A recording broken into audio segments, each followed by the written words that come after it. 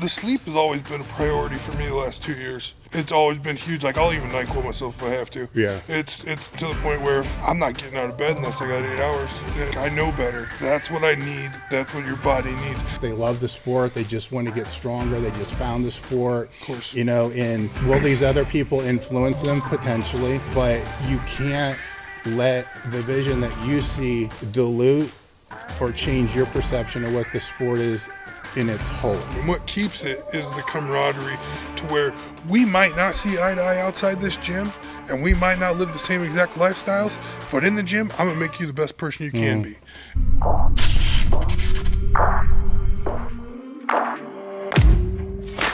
What's going on, guys? We are back with another episode of Table Talk. Today my guest is Dan Bell. I really don't need to introduce, right? Because everybody should know who Dan Bell is. But if you did search on YouTube to try to find Dan Bell podcast, you're finding this other cat, which I don't know who this other dude is, but the other dude certainly is not squatting 1,003 in sleeves or 1113 in reps, and he doesn't have the 2485 and then wraps at 2606. There's a multiply total, which we're going to talk about because there's some funny stories with that as well, which I want to get into. But the reason I really wanted to have you on the podcast outside of the training and the numbers and all that other stuff is you're fitting this in between of, I don't want to say you're a throwback to the guys that came before, but you still are representing a lot of the values that came up through all the guys before, for the younger generation underneath you, you know, to be able to follow, which is cool to see, because I think that's what the sport's really about. It's not about what a lot of people are portraying it to be about now. Thank you know, you. it's about humility. It's about community. It's about, you know, putting a bunch of misfits together. Yeah, exactly. You know, that find something that they all share in common and share that love for it without it being this weird ass thing that it seems to migrate to. But you're part of, you're one of the, there's a group of you that are they're pushing it back against it, but they're not pushing back against it by being a dickhead about it. Right. You're pushing back against it by how you actually live, compete, and portray yourself and put the sport out there, which is cool to see, because a lot of the ones that have come before you are like, fuck, you know, have they lost what this is all about? Right. You know, so that's why I wanted to have you on, right? Dave, I just got goosebumps, man. That's because I appreciate that a ton. Yeah, and that's kind of one thing I do want to portray. I do want to carry along because, well, I've said it a couple times before. Like, the reason I got into it was because everybody was so welcoming, everybody was so helpful, but everybody was so nose of the grindstone. Let's get this work in. Let's get done. Let's beat up these weights and then go have a good time together outside of the gym. And now it just seemed to turn, you know, another page of these last couple of years to more entitlement and look at me or what can I do for social media bullshit, and I don't like it. Yeah. Well, there's it's kind of a false reality too, because it's what you see through your phone and then what's happening in real life. 100%. And it's different. It's not the same. No. But the people who are only seeing it through the phone don't see that other side. Of course. You know, and I don't know how they will. You know what I'm saying? So I don't know what the answer to that really is, but it's cool to see that a lot of those things are still there. You know, you know what? They're never going to go away. No, not with this. Yeah, because that's why most people end up coming in it in the first place. Exactly. I think there just becomes a point in time where maybe they forget a little bit, you know, about what it is, where it originated at. Yeah, until they get really humbled. Of course. You know, then it brings it back. Where when I was looking through your meet history, you competed once when you were 18.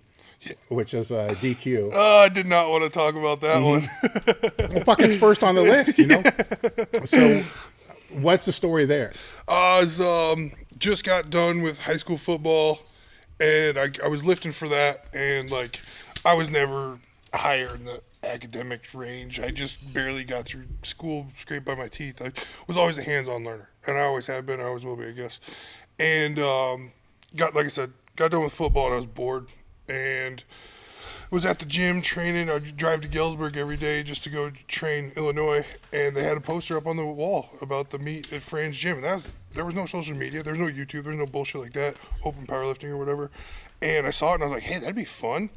And I just said squat, bench, and deadlift, Fran's gym, Chicago.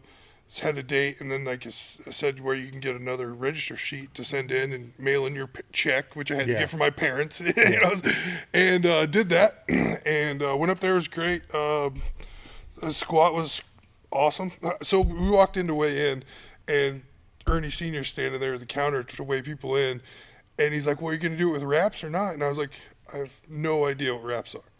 And then he shows me a pair of France TD 500s.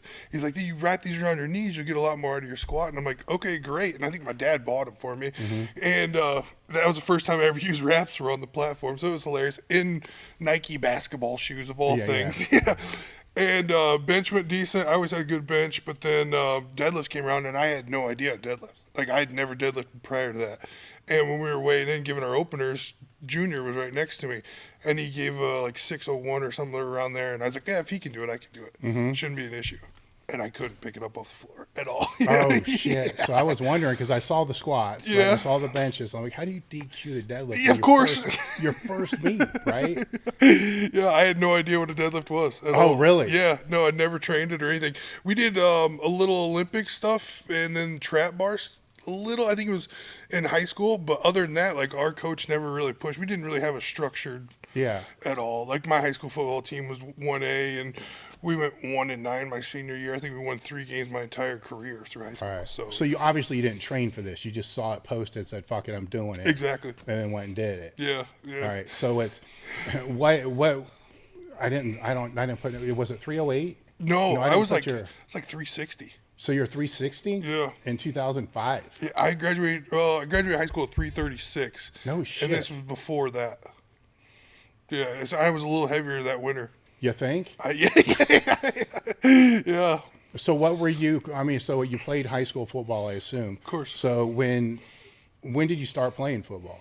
Oh, well, actually, it's a funny story. My mom started JFL, and that was when I was in 6th grade. Yeah. And she like rallied up the money through the community and got all the pads and helmets and whatnot. And that was just so I could have an early start on football according to our community, because we didn't even have wrestling or anything. Yeah. My dad was a big wrestler in high school. And then, so 6th grade is when I started that. We, of course, played flag before that, but 7th and 8th, I graduated 6th grade and I was 315, so I had to get a special helmet for JFL. And with the difference, you were 315 in 6th grade. Yeah, I was a big boy. Yeah, so, no shit.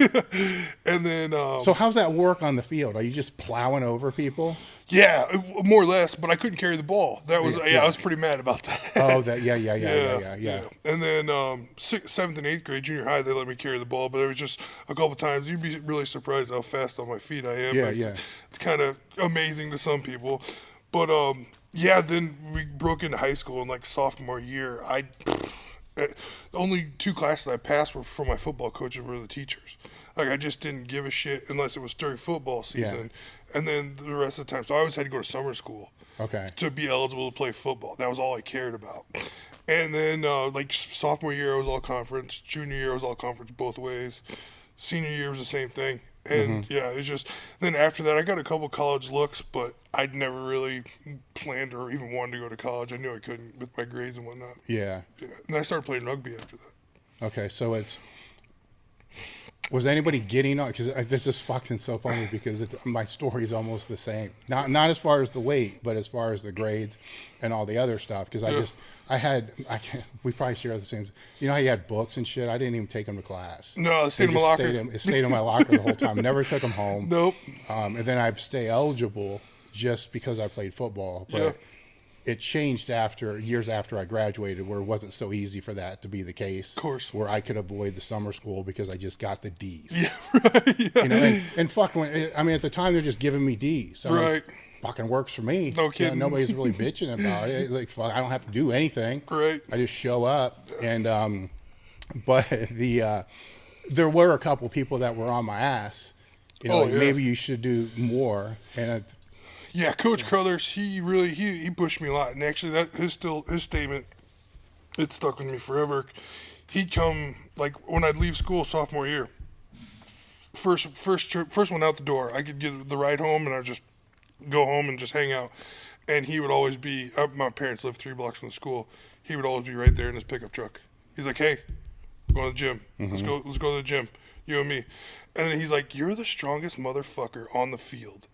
and you're 15 years old and you don't even know it. He's like, if you just applied yourself a little bit, you could do magical things. And it stuck with me forever.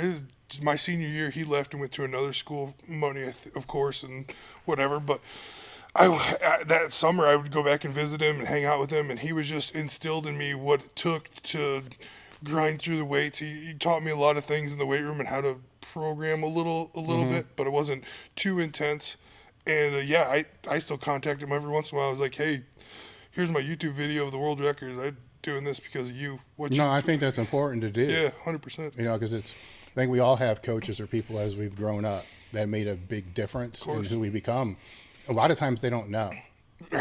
They don't. I had no clue. I'm sure when you went back and finally told him, he was, holy shit. Yeah, he didn't know, right? And then now to see, what you're doing now and what you're lifting now is a big part of that. Of course. At least establishing the mindset, with it. At that time, did you care more about football or training? Oh, it's football. Yeah. Of course, I'm the leg press. That was like one of the things that I would go in there and do. Like, just put every plate I could on there and just do that. And then we had a couple it was like a feet strength, like a circus thing. And there was a few, like Elmwood and then Princeville would do it. And like they would do it during the summer for the football teams. And like Galva would always take their own, and it was me and two other kids. And like everybody would just shit their pants when I squatted like 495 or something like that, because nobody had seen that. So like, it meant something, but then like I never got the gratification I get now. Then it was just like, okay, cool. I just want to play football and drink beer, like at that time. So you graduate, then you go on to machine trade. What was the trade? Well, I actually tried 2 years community college, which I knew that wasn't going to go very far. And then finally I just like had to have that abrupt conversation with myself. Hey, where the hell's life going? This is like 20. And so I went to tech school for diesel mechanic, advanced diesel technology, which, like I said earlier, my dad owns a trucking company. Yeah. So every week or even during the week, I'd always be working there, picking up bolts, greasing trucks, stuff like that. So, I grew up in it. So it was second nature to me. And now I've been doing it 17 years. So what you're saying is between the ages of 18 and 20, we're kind of like a clusterfuck. Yeah, 100%. Yeah. Like it is for everybody. Right, exactly. Yeah. It was, ass or beer or where's the next party? It's just like I was more focused on that than anything else. Were you working? Yeah, of course. When I was going to community college, my mom was a glorified pharmacy tech, phlebotomist, and then she got into the drug rep after that. And I just was with pharmacy tech because I think, hey, if I could go be a pharmacist, that'd be pretty lucrative. And then, like, getting into Drake was a school I wanted to go to. I saw the requirements. It was pretty daunting. And I was like, I'm already horrible enough at school. I'm decent at wrenching. I learned great with my hands, so that's probably something I should do. I just made the decision to go to tech school. The one I went to was 9 months, and I was done. And where was that? Laramie, Wyoming. Okay, so you're going from Chicago to Wyoming. yeah. It was pretty crazy. That was kind of a culture shock, but it was just that it's out there. It's an interstate town, and that's where the University of Wyoming's at. Yeah. So it was kind of cool to have those other college kids there part of the year. But it's Wyoming. We shot gophers for a farmer for $10 a piece. There you go. For beer money, and donated plasma. That was all. That was all I did because we didn't have time to go to get a real job during then because we went from school to 7 a.m. till 5 at night. Yeah, that's all. That's why we got done in 9 months. So it was kind of nice. But then again, what am I going to do with my student loans? I'm still paying on that fucker. So really? yeah. So that makes up that gap between actually not all of it, right? Because you got 2005 was the first meet, then you came back at age 27. Yeah. In 2014. So what else is going on in between there? There was I played rugby for 3 years. Team for Iowa. That was actually fun. That was where I kind of like filled my void for football, I guess you could say. But all those guys, I was 18, and all those guys were like 25, 30, and I looked like all of them. So we go into the bars all the time. It was great. The strip clubs and all. We had a blast. And like I said, they were like, we'd walk in, and everybody's like, oh, he just got back from the Army Reserve. He left his ID. And they just let me in, no problem. So it was kind of great. It got the bar scene out of me. before I turned 21. Yeah. So that was kind of nice. But then it's like a 9-year bar scene. yeah, exactly. Yeah. And then like my buddy Phil, I was living in Peoria. Well, straight out of college, I got this factory job working union building mining trucks for Komatsu America on the line. It was great, but the big fuckers, right? Yeah, the 15-foot tall tires. Yeah, they were huge, and we'd send them all across the world. So it was pretty cool. My uncle was a welder there, and kind of got my foot in the door. I did that for like 6 years, and during that time I was working third shift, and I was just like, I need to fill the void from 3 o'clock to 11 o'clock so I don't party. Because I was at that age where it's like all I want to do is party or go to work. Yeah. So I just started going to the gym, and my buddy Phil's like, hey, if you get a diet down, you could be great. And at that time I was like 350, somewhere around there, not real comfortable, and sloppy, completely different composition. And I'm like, all right, cool. And then 2009, I was like, you know what? I just need a goal. And I was like, I'm getting to the age where let me try to get in the Marine Corps, because I wanted something more out of life. I just knew where I was, and they take care of my student loan. So that was a big plus too. And I went to the recruiting office. They're like, hey, you need to get down to like 260 and be able to run a mile and a half in 12 minutes. I'm like, all right, give me a couple months. 7 months later, come back. I was at 380, and I got down to 260. It was like 11 months. So, yeah, somewhere around there. And you went into the office. It was running a mile and a half in almost 10 minutes. It was pretty crazy. And got in there, and they're like, hey, we really need you to get to 240. And I'm like, I'm already eating rabbit food, you know. And but the gym time was where like I kind of fell in and found where my love for it. Like I knew I needed to lift heavy, but I knew I needed the reps too. And I was grabbing every magazine I could and going to GNC, because I mean this was like right when the Droid first came out and social media was somewhat popular, but then there was still just like muscular development. Yeah. That's all there was. And I was reading every one of them, getting sent to the house, and just kind of going through that. And fast forward 2013, got laid off from the job I was working at, moved back home, started going to the gym there. 2 buddies were like, hey, they got this charity meet going on for tornado victims in Washington, Illinois. It's push-pull. I think we should be able to do it. And we're at the gym maxing out every other day, like squat, bench, and deadlift. We didn't have any set program or what the hell we were doing. We're just gym bros. Yeah. We go, and I benched like 425, and I pulled 716 on my tiptoes. All the guys from Jack Gym were there because they knew W.T. Franklin. He's the one that put it on. And they're like, kid, if you had any idea what you were doing, you'd be great. And I was like, I just want to party. And then that was December. February, I signed up for my first meet. So that's kind of took off from there, and it just went skyrocket. Like it's been a roller coaster, to say the least. So when you're training for that first meet in 2014, where are you training at? It was XPF, Extreme Power Fitness, Kewanee, Illinois. The guy that owned it, he was building houses, and we talked him into biomonolift. We talked him into like buying a deadlift bar and stuff like that. So yeah, it was awesome. I still talk to Jason every once in a while. Yeah. Great dude. How did you get hooked up with Lilla Bridges and that was crew? Yeah, that was through meets? through that first one, because all those guys were at Jack Gym. And like I kind of knew of Eric through a little bit of social media at the time, because it was just starting to get popular. And I was like, damn, this is great. And then my first meet then in February, he was competing too. So he took the 275 world record, squatted 959. And I was sitting there, like I squatted 749, and I come out of the racket, start walking off to the platform, and he's walking up the stairs, and I'm walking down, and I just flipped out, like, screamed right in front of him. And he's like, good squat. And I'll never forget that. Yeah. Well, that morning I met Pete Rubish too. Okay. And like at that time, it was big when the washer dryer scene, that was all going huge.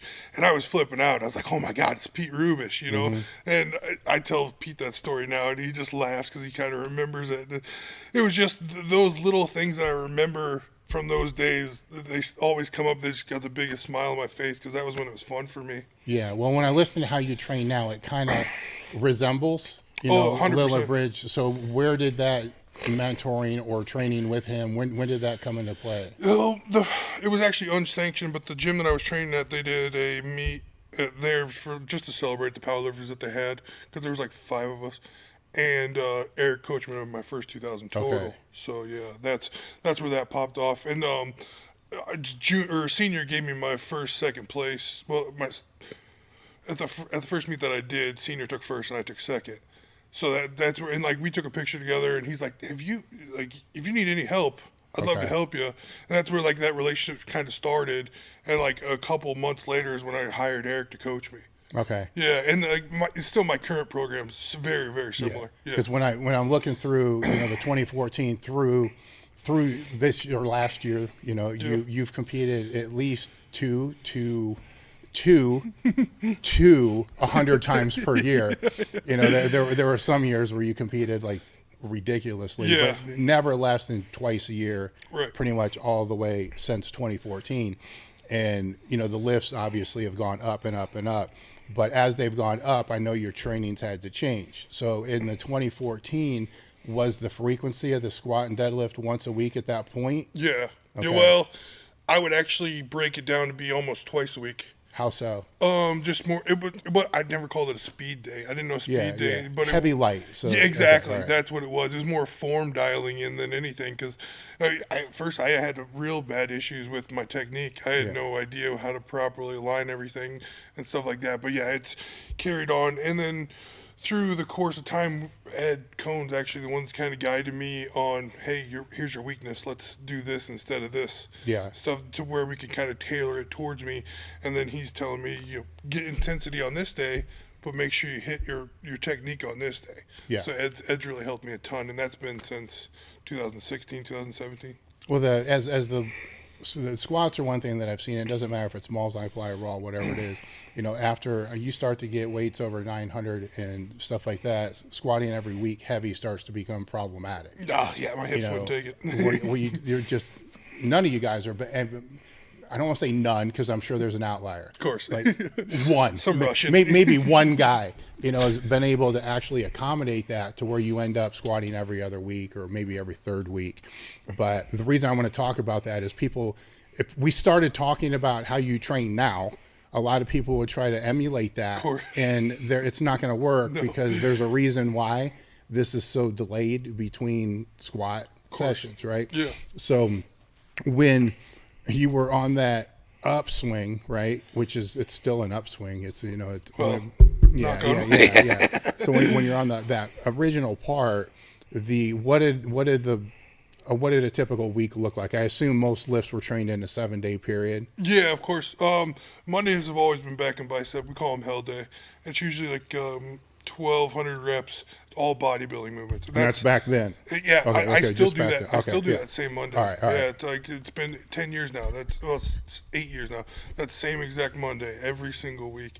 And then Tuesday was going to be a lower. So if I had plans for a deadlift on Saturday, I would deficit deadlift on Tuesday with my leg accessories, bench on Thursday. And then Saturday would be a deadlift. So I was flip the next week. Monday back and biceps. Tuesday would be pause squats. And Thursday bench, and then Saturday squat. Okay. That was a typical regime back then. And now like I'll still do that at 16 to 14 weeks out. But at 12 weeks, I cut that Tuesday all the way out, and then take all my accessories from Tuesday and move them to Saturday. And then I don't do it, because typically after a heavy day when I already had accessories on Tuesday, I wouldn't do many accessories, maybe some reverse hypers depending on my spine felt. But I would just hit my top set, call it a day. And now I'll put a little accessories on my Saturday, but I really kind of go by feel and how your pump is. I say pump, but just how your body's feeling and you're accommodating with it. Honestly, the last 2 years, my main focus has been sleep more than anything. And that's kind of what's carried me a little bit far. Sleep and nutrition, it's carried me a lot farther over the last 2 years, where I feel like I'm kind of at a higher level, I guess you can say. The more I focused on the recovery, the better it just went for me. And then the life stress, knocking that out. Yeah. Yeah. At what point did you feel that the volume had to begin to drop outside of the pump day. Like, so that's kind of more, well, let's talk about that. It's more recovery, but what is, what is that? So what's that look? What's a typical day look like? That's that pump day. Yeah, it's a Monday, back and biceps. So, would be preacher curls, and then lat pull downs, shrugs, more dumbbell curls. I rotate between hammer and then full range, and then low cable rows. And then, if I'm feeling spicy, or I know that, like, say if Saturday went to shit and I really didn't like the way it was, I will also do some actual rows, barbell rows, meadow rows, stuff like that. It just, because I've always been the guy that I never left on a bad note. So say something happens bad during my top set, I'll go hit like a leg press PR, or I'll go like demolish my quads on something else because I don't want to leave the gym on a bad note, because that confidence carries over to the next day. So say if I wasn't satisfied with something that happened on Sunday, I could throw different ranges or different motions into my Monday where I would feel completely satisfied with that week and just move the fuck on. Yeah. Yeah. Now, how hard is this being trained? Because the volume's high. So is it the failure super heavy or moderate weight? No, I just aim for, we'll go moderate weight, and I aim for 12 reps. And if I get 15, or if I don't stop until 20, then so be it. It's just, how I'm feeling. There's been plenty of times where I got to use speakerphone because I can't get my arm up to my face trying to talk on the phone afterwards, or you can't get the wrench above my head because my lats are still so damn tight from that day. So you're just moving, putting blood in there. 100%. Yeah, exactly. Yeah. All right. So, and that's been from the jump. 100. Yeah. It, like I was saying earlier, it is more mental too, because that brings a lot more fun into the training, and it keeps it fun for me, because when you get deep into prep and you're hitting, doubles and singles, and your body's completely fucking wrecked, it's like, why am I doing this to myself? And you guys stand in the shower bawling your eyes out when you're 3 weeks out, just like, this is stupid. Like, there's no reason for me to do this. Sure, I get a check at the meet, maybe, but that's it. And so that Monday has always kind of set me on president to finish out the week mentally. Yeah. Does that come out the closer the meet comes? No, I even do that meet week. Okay. But it'll be like half. Yeah. Like normally it'd be 10 sets, now I just do like 5. Yeah. And that's more of a blood flow and move around and shit like that. All right. Yeah. Is there then there's not a pump day for the other body parts, just back and biceps? Just that, yep. All right. Yep. So then where does the bench fall in this? So 1 week I'll close grip, and then the next week I'll comp grip. And I just kind of keep that on rotation, but I keep my close grip on the weeks I squat, so I don't tax the shit out of my shoulders. Got it. Yeah, and bench, I combined here recently, not recently, but the last 2 years, I've been putting a lot more incline in, and that's more of a pump movement too. 135, 225 for a couple sets of 10, just to fill out that upper chest. I think it was Ed said it in California a couple years back. He's like, "It's your upper chest. Like, get your shoulders." And then instantly I went from like 490 to 525. And then here we are close to 600. So it's like, you listen to those things, picking up those things, being that sponge, and finding out, this guy knows his shit. Yeah. And then trial and error, of course. The only reason I'm at where I'm at is because I fucked up so many times. Yeah. So if you're working this back from a meet, because you have to rotate your squat and your deadlift is alternated, right? Every other, and then the bench is alternated with that squat as well. Yep. Right. So then the close grips are every other week. Right. And then the on the deadlift week would be the regular comp grip. Yep. Okay. All right. It's not that complicated. No, it's not. It's not. No, powerlifting should not be complicated. Well, yeah, no, but I'm just helping, the people that are listening, because they're trying to put this all together. Of course. And it's like, this is not that complicated. I mean, it's just working it back, right? Yeah, exactly. Yeah, because my last heavy squat, 98% for a single, is 2 weeks out from the meet. And then my last heavy dead, 98%, is 3 weeks out. And I just worked away. That's how I write my programs. Started the meet, 2 weeks out, last squat, and then just work the rest of the way up. All right. So how's that work when you have 5 meets a year? I do know I peak a lot better with 8 weeks, but I try to get a full 12 week in just to get especially with reps. Like, I do not look forward to putting wraps back on. It's been since September, but like the first couple times, it takes a minute to get a callus back on your knee. That sucks, especially the way Seth wraps. In 12 revolutions out of 2.5s, like that takes an awful great man. But so I just fall in the calendar. Just put it in there and roll the dice. That's all you can do. And a lot of the meets that I did last year, the one in July, the meet director asked me to do it because everybody he had signed up were all newbies. And I'm like, it was an hour and a half from the house. He paid for the hotel. What do I got to lose? I'm helping the next generation. Everybody there loved it. And I was like, I cannot not do this. And where I'm at, I cannot. And I did. I squatted 931 in sleeves, benched 550 and pulled like 865. So I didn't really crush myself, and it took it like another training day. Yeah. And don't get me wrong, I still get that platform adrenaline. I love that. So that was another reason. It's hard for me to say no when it's for a good cause and for good people. Well, as you start, where's your mindset with all that now? Because as you're trying to, obviously you want to push your all-time world records, right? And That's the plan, you can't do that competing 6 times a year. 100%. And you have to be able to, cycle the supplements and all the other kind of stuff, right? Yeah. That's where I can see this getting really dicey. Is you do one meet, but then you're cycling, your anabolics and all the other shit for that, then for a lot of people, it doesn't go well. No. Then they're like, oh, fuck, now the meet doesn't go well. Right. So then their option is, I'm going to do another one in 5 weeks. And it's like, or 2 weeks, that's a bad idea. Then it's another 2, then it's another 2, right. And then there's problems. Brick wall after brick wall. That was my first 2 years of powerlifting. Okay. It was one brick wall after another. Yeah. And I'm like, what's going on? And then I took a traveling job just to get away from it. Just to quit competing so damn much. And I was like, I got to do something different. And I took that job where we traveled all across the United States, and I was like, this is the only way I'm going to get better is if I get away from it. Yeah. And that's what I did. And now, like with last year, in September I did the meet in Oregon, and I was like, I'll be signed up for the Ghost Clash, but my body needs a break. And that's when when I go on, I do get the blood work done every month, but now it's just every 3 months, just on a rotation to keep up with where my markers are at and where I need to be and stuff like that. I've been, over the past 4 years, been paying a lot more to my blood pressure, and I notice the more I keep that regulated, the better I feel and the better I perform.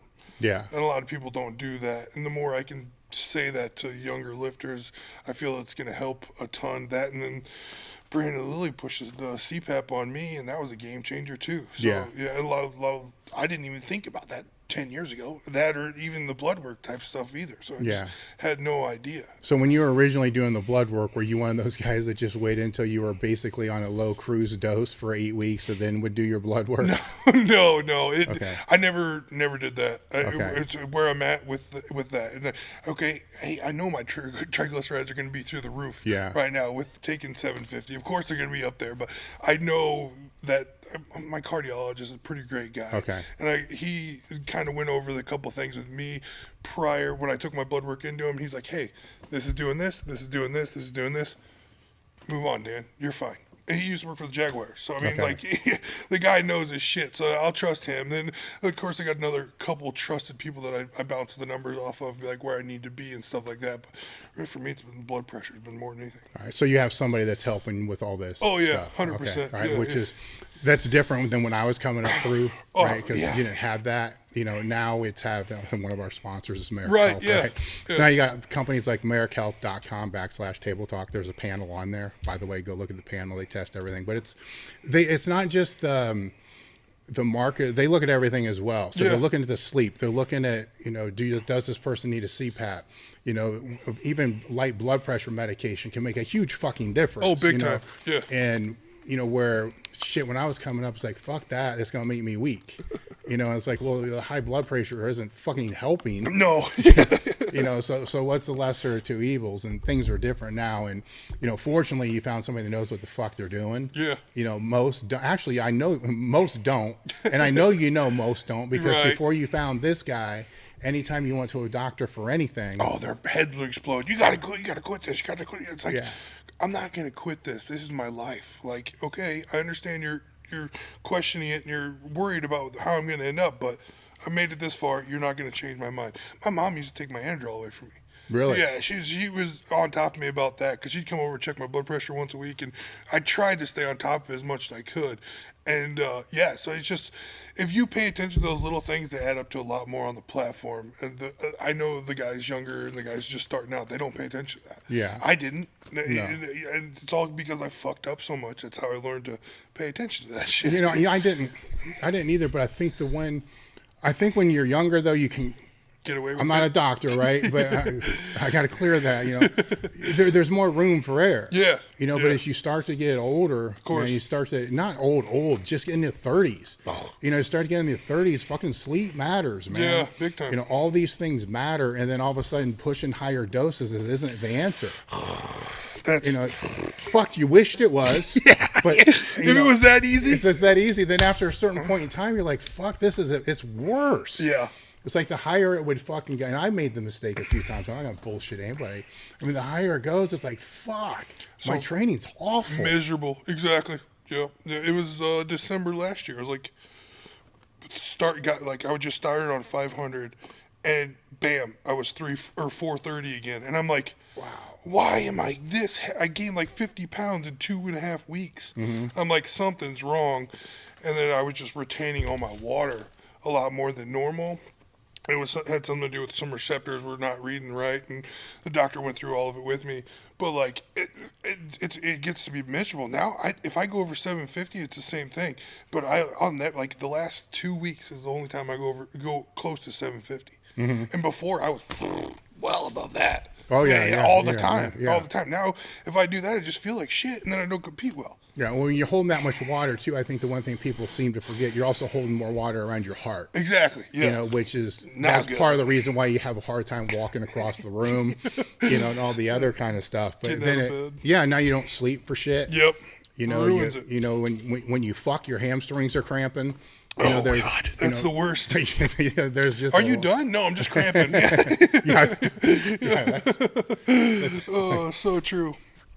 so it's what point did you start to realize that was an issue, that dose wasn't, because for a while I think we all think that it is dose dependent, Yeah. right? It isn't optimization, but then with everybody that I know that uses, there's always something that hits and they're like, fuck, you know, and it could be something's way out of whack. It could just be that muscle tears. There's something. Yeah. Lucky enough, I haven't had any crazy injuries, but and I had my gallbladder removed. That was kind of a big thing for me because I was gearing up for the Reebok record breakers, and I've been pushing a lot of oils prior, and I've always kind of tried to stay away from orals. I know they're fucking horrible, but now I know a lot more than I did before. And I front loaded with orals, and it's just like, this is horrible. Next thing you know, took an oil filter off a truck, and it just barely touched my liver, and it took the air right out of me. And I called my mom, like, hey, something's wrong. And she took me to the hospital, and we got rushed down to another hospital, took my gallbladder out right then. I was producing no stomach bile. And they're like, oh, your endocrine system's taking quite the hit right here. And that's why I had to call Jesse Burdick. I'm like, hey, I'm not going to make it, just had emergency surgery, trying to get everything situated out. And right then I was like, all right, let's try to stay the hell away from orals altogether. Just because how much they damage your system, and the side effects aren't, the fruit isn't worth the squeeze, I guess you could say. And that's when I kind of started dialing things into more isn't always better, and just kind of playing with it to see where my sweet spot was. And I've always been the guy to where I never really tapered down. I would just cold turkey. So I know it's not good for your system now. Now I know that, but before I didn't. So now it's like what you find into taking those rolls into keeping your estrogen a lot more level, it's a lot easier just to taper all the way off. And I still suggest that to a lot of people to come off every once in a while. Yeah. Clear out your system. Let's get some things to recept a lot better once you go back on, because it'd be like a whole new time. You're doing it all again for the first time. Yeah. That's what you want. You want that hit. You don't want to keep clogging up your receptors like a lot of people just tend to do. Well, it's the labs can always show if, you know, when you're optimized, but I don't. I don't want to talk about that part, right? Because you know in the gym if it's optimized, right? So 100%. if it's, you know, for me, it's always been my whole life. There's when things are clicking, right? So when they're doing what they're supposed to do, the bar just feels like I got more power at the start of everything. Speed, yeah. It's like the speed is there, and then the recovery is on point. 2 days later, you're ready to go again. Yeah. Right. Yep. So if it's for me to define the recovery, it would be like on your pump day, I would start to get sore later that day. Yeah. And then the next day I'd be fine. Right. Now, Perfectly okay. Yeah. Now, if it's not optimized, I might be sore 2 days later. Day and a half. Or a day and a half later. Exactly. What indicators do you have to know that the reason why I'm going down this is because the indicators usually aren't what people think. So when you know the shit's working, right? What indicators do you have in the gym or just otherwise that you're like, okay, this is working, or this isn't working? Definitely bar speed. That's a big thing, and how the weight feels in my hand. What do you mean, how in your hand? Like just okay. So 4 weeks ago, 500 for 4. And just the way it felt, and the way I felt like I was crushing the bar. I was like, oh, I'm firing on all cylinders right now. Like this is where I need to be. And then I literally threw that off my chest. I probably had 6 in me, but 4 was enough. I was like, this is where I need to be. We're good. Hit it for another set and called it a day. I was like, okay, it's all lining up. We got 10 more weeks. Like, yeah. I also have been pretty good about that throttle too, and I think that kind of carries over from Seth and the way watching him train, higher intensity and go constantly. Mm-hmm. But then he runs into brick walls quite a bit. Nothing against him. I get it. And my throttle's pretty good. I'm not trying to blow my load in the gym. Mm-hmm. I want that on the platform. But where I notice it's got that 903 for 2 weeks ago. I got under 854, and I'm like, oh fuck, I'm strong today. I get just a minute on the unrack. I'm like, yeah, it's 903 for a couple is going to be a good day. I just feel it. Even on the unrack, it's like, yep, this is going to be a good day. I'm firing on all cylinders, like I said. So it's something about just that feel of the weight, because 3 weeks prior to that, or 2 weeks prior to that 903, to 865 for the ugliest squat I've had in a long time. Mm-hmm. And I was like, oh god, system needs to get more accommodated to the weight. We'll see how it goes. And then I didn't change anything supplement wise. I just kept it progressive. Actually kind of changed how I did it. I didn't go up in the amount. I just went more level during the week. Yeah. So I don't know if they want to call it microdosing, but that's where I did. It was consistently. And then all of a sudden, it just felt like I was firing, like just going full bore again. Where it's like, okay, this is where I need to be for training. This is how I need to peak into it. Okay. That kind of goes with what I'm saying is, with the a lot of people will say they'll have that indication, and it's like, okay, it's rolling. And then the next week it starts to fade, right? So then they jump.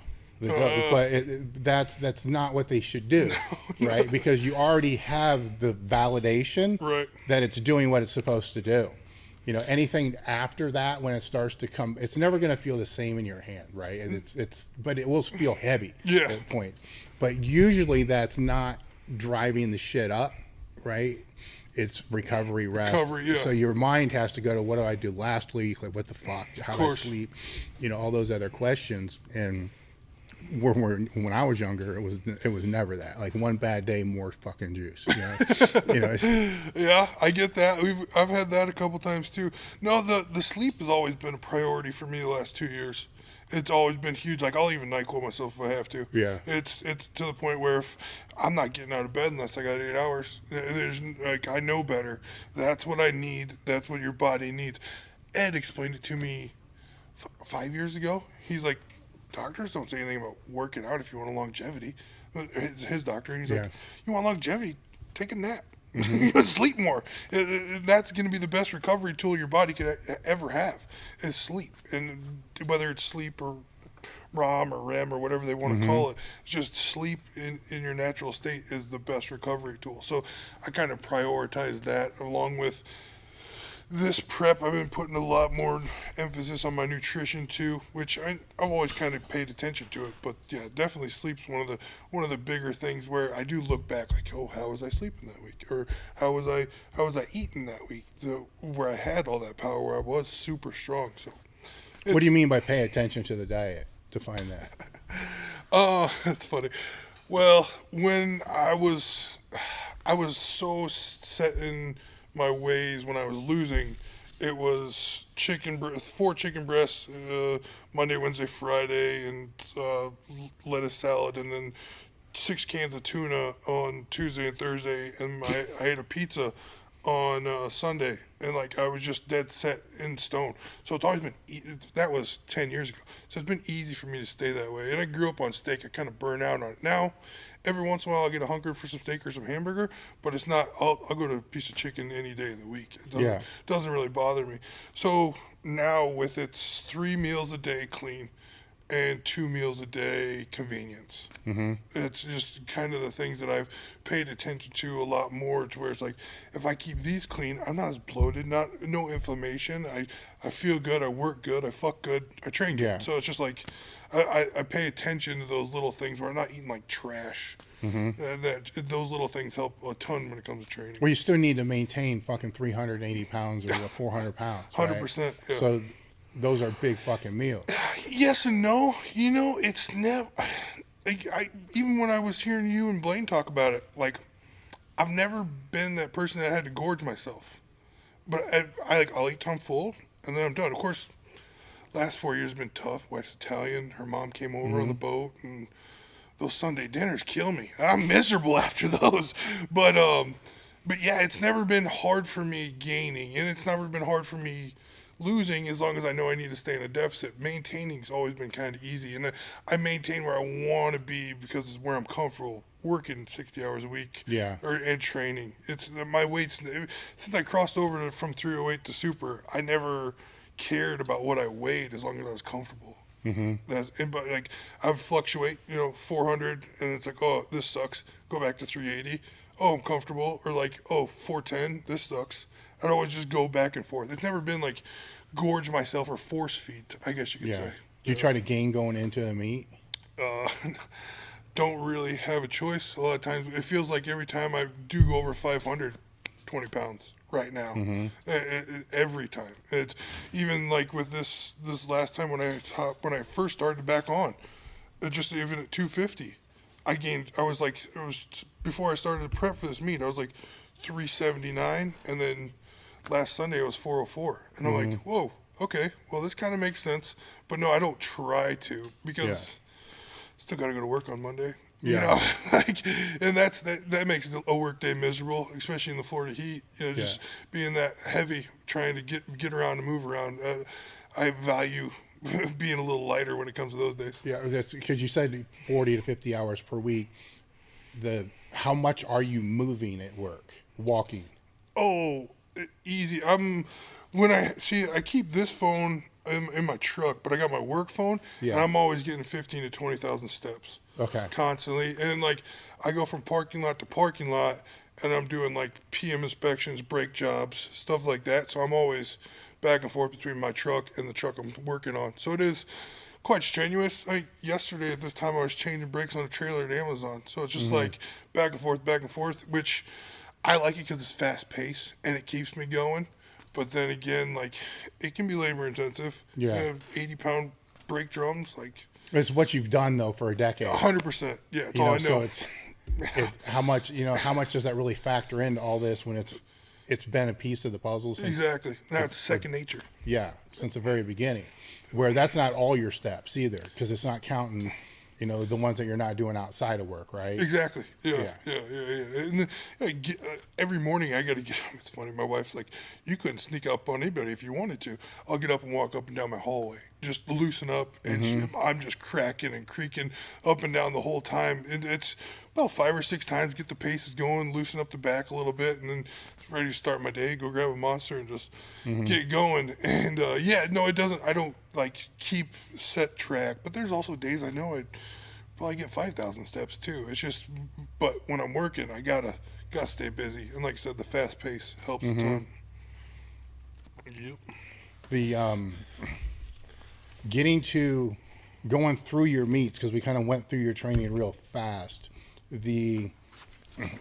At what point did you realize that you wanted to put more of yourself into powerlifting. So let's just say I'll use an all-in mentality. Like, at what point did you say, you know, this is I'm going to do whatever it takes to be able to be the best? Yeah. At first for me, it was senior telling me I would never squat more than 800 with my stance. And that really drove me. It's tell me I'm not going to do something, I'll fucking show you. And then What do you mean with your stance? Because it's closer? Yeah. He's like, oh, you never squat more than 800 with that. Okay, watch me. Watch me. Yeah. And then it was the 1,000. The 1,000, I just wanted 1,000. At that time, not many people were doing it. And I was like Eric and another 2 or 3 people. And I was like, I just want to squat 1,000. I was like, let me squat 1,000. You can bury me with my wraps on. I want to be done. And now I've done that 67 times. Mm-hmm. So it's like those little steps. When I hit, when I tossed it all the way in, I really think it was when I was chasing Andre more than anything. Eric kind of went to Australia and started his little deal over there, so I knew he was falling off. Not really falling off, but giving it a break. Mm-hmm. And I went head-to-head with Andre in 2019 at the Tribute, and I was supposed to do the meet in sleeves, but then I didn't know he was coming. He was there, so that day, I did all my training in sleeves. That day, I put the wraps on. And I was like, I got one chance to beat this guy, the unbeaten. Let's go. And I got close, but I missed my last deadlift, which would have gave me the meet. That was when I was like, I'm this damn close. It's stupid for me not to give it a shot and go for it. And then that was in August, November. I took 25-18 in wraps. So what changed? I think it was the mindset and the drive. I would much rather throw all my cards on the table and blast and be the best in the world than regret not giving it that fucking shot when I was that close.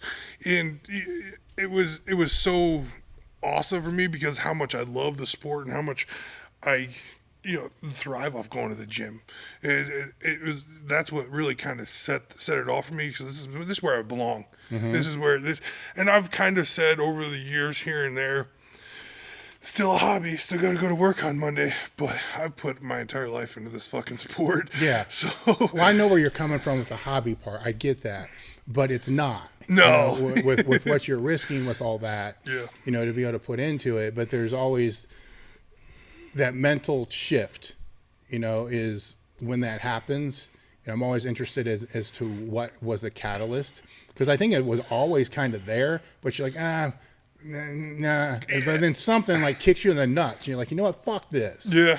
And on the inside of my deadlift belt, it says doubt me. Yeah. It's all those people saying, oh, you could have done this, but you can't. Or you should, nobody's ever going to get close to Andre's record. Yeah. Nobody in America will ever beat the Russian.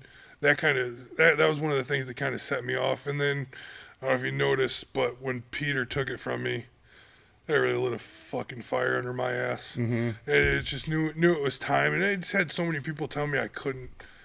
That was one of the things that I always kind of go back to, I guess you could say, when I go to get under the bar.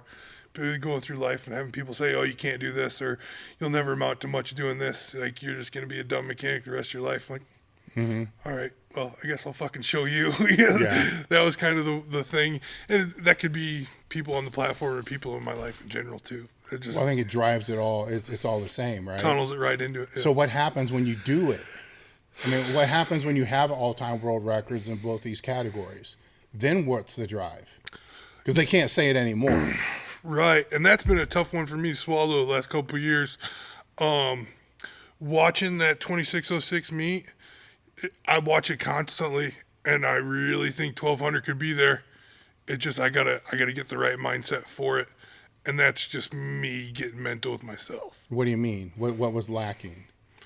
Oh, it's not lacking. It's just pushing. Yeah. Pushing to go beyond, go back to that space where I was or train exactly how I was.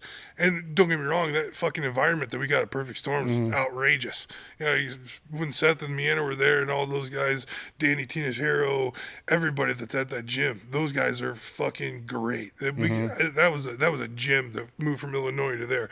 I trained by myself for 2.5 years, and in Illinois, and then went to Dubuque, or not given barbell. I loved that. That we had a good group of guys there, and that gym's still thriving, awesome. But when I moved to Florida, those guys, it was next level. All the guys from CTX were coming. Everybody was pushing everybody. That helped my mindset change to where, hey, I can be the best in the world, and I will be, and I did. But now it's just, like I said earlier, I'd much rather throw it all on there, know I had the balls to fucking push it, than live in regret and say what I could have done, or I could have done this. That's kind of how I handle third attempts now. Yeah. It's like seconds will secure my total, but thirds are knowing I had the nuts to put it on the fucking bar. Well, seconds, right? So speaking of seconds, right? Seconds could secure your total or an all-time world record. For instance, in both of your all-time world record totals, that second deadlift would have assured it. Oh no, here we go. But you missed them, and then you came back and hit them on the third. So let's go through each one of those things, right? So you're going to pull the second, which would be the all-time world record total. Your mind's in the right place, and then you fucking miss it. Too fast, too mad. Yeah. So then that's what goes through your head. Is afterwards, it wasn't I couldn't pull it, it's I fucked up. I got that from Danny. Danny, my first 25-18, he's like, man, you can slow your ass down. And then in the off season, Danny even suggested or helped me pull sumo. He's like, it makes you slow down. That's what you need, Dan. And it comes from a geared world, of course. Mm-hmm. And then the 2606 is the same fucking thing, just too fast. Like I've never had an issue above my knees, but it was just too fast. And I take that step back, and I'm like, you idiot, of course. And then come to third, I'm like, got the confidence because the weights already flew off the ground. Here comes the third, and it's like, take a deep breath. Okay, finish the fucking meet. Let's get a beer and party. Yeah. Yeah, and for deadlifts, you got to get mental. Yeah, you know that. It's a lot easier getting mental on deadlifts than it is squats. I try to be calm for squats. I don't try to get outrageous for squats. I want that mental switch to flick for deadlifts, but sometimes a little too much. You got to know when to mediate that power and rage. Yeah, so tell me about the squats then. So when you say calm, what does that mean? For me, it's execution. And actually, Bill Carpenter was the one that got through me. He's like, hey, quit fucking overthinking it. Just squat, Dan. You know how to do it. You're not dumb. You're strong as hell. Quit thinking. And that's, keep it simple, stupid. One of those things, because I overthink and overanalyze a lot of things. But once I turn that switch off to my brain's not thinking, boom, execution. I give people shit about it all the time. It's like when they warm up, Wenning was the one that actually, my first 500 bench was in Iowa, and it was me he was doing. And we were warming up, and he's like, you're going to hit 405, but you're opening at 440? I was like, yeah. He's like, you're wasting energy. You know how to bench. You just bench for 12 weeks. Don't waste your energy. Save it for the platform. And I bench 500. I'm like, wow, okay. Obviously, Wenning knows what the hell he's talking about. Yeah. So, you go through this 12 to 16 weeks progress of doing the same squat, bench, and deadlift. You know what you're doing. You just got to quit thinking it too much and execute what you've just done. So don't waste your energy, just do it. It's the bit with squats. If I turn my brain off and just get under the bar and squat, Let it be automatic. Exactly. Yeah.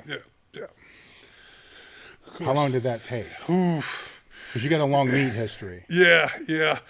Right around 16, I want to say, was when I finally recognized was where I needed to quit overanalyzing and just squat and just break your hips first, make sure that's your first cue, and dive bomb the hole and pray to God you stand up. Yeah, if you keep it that simple, it's good for me, anyways. Everybody's different, but for me, that's what really works.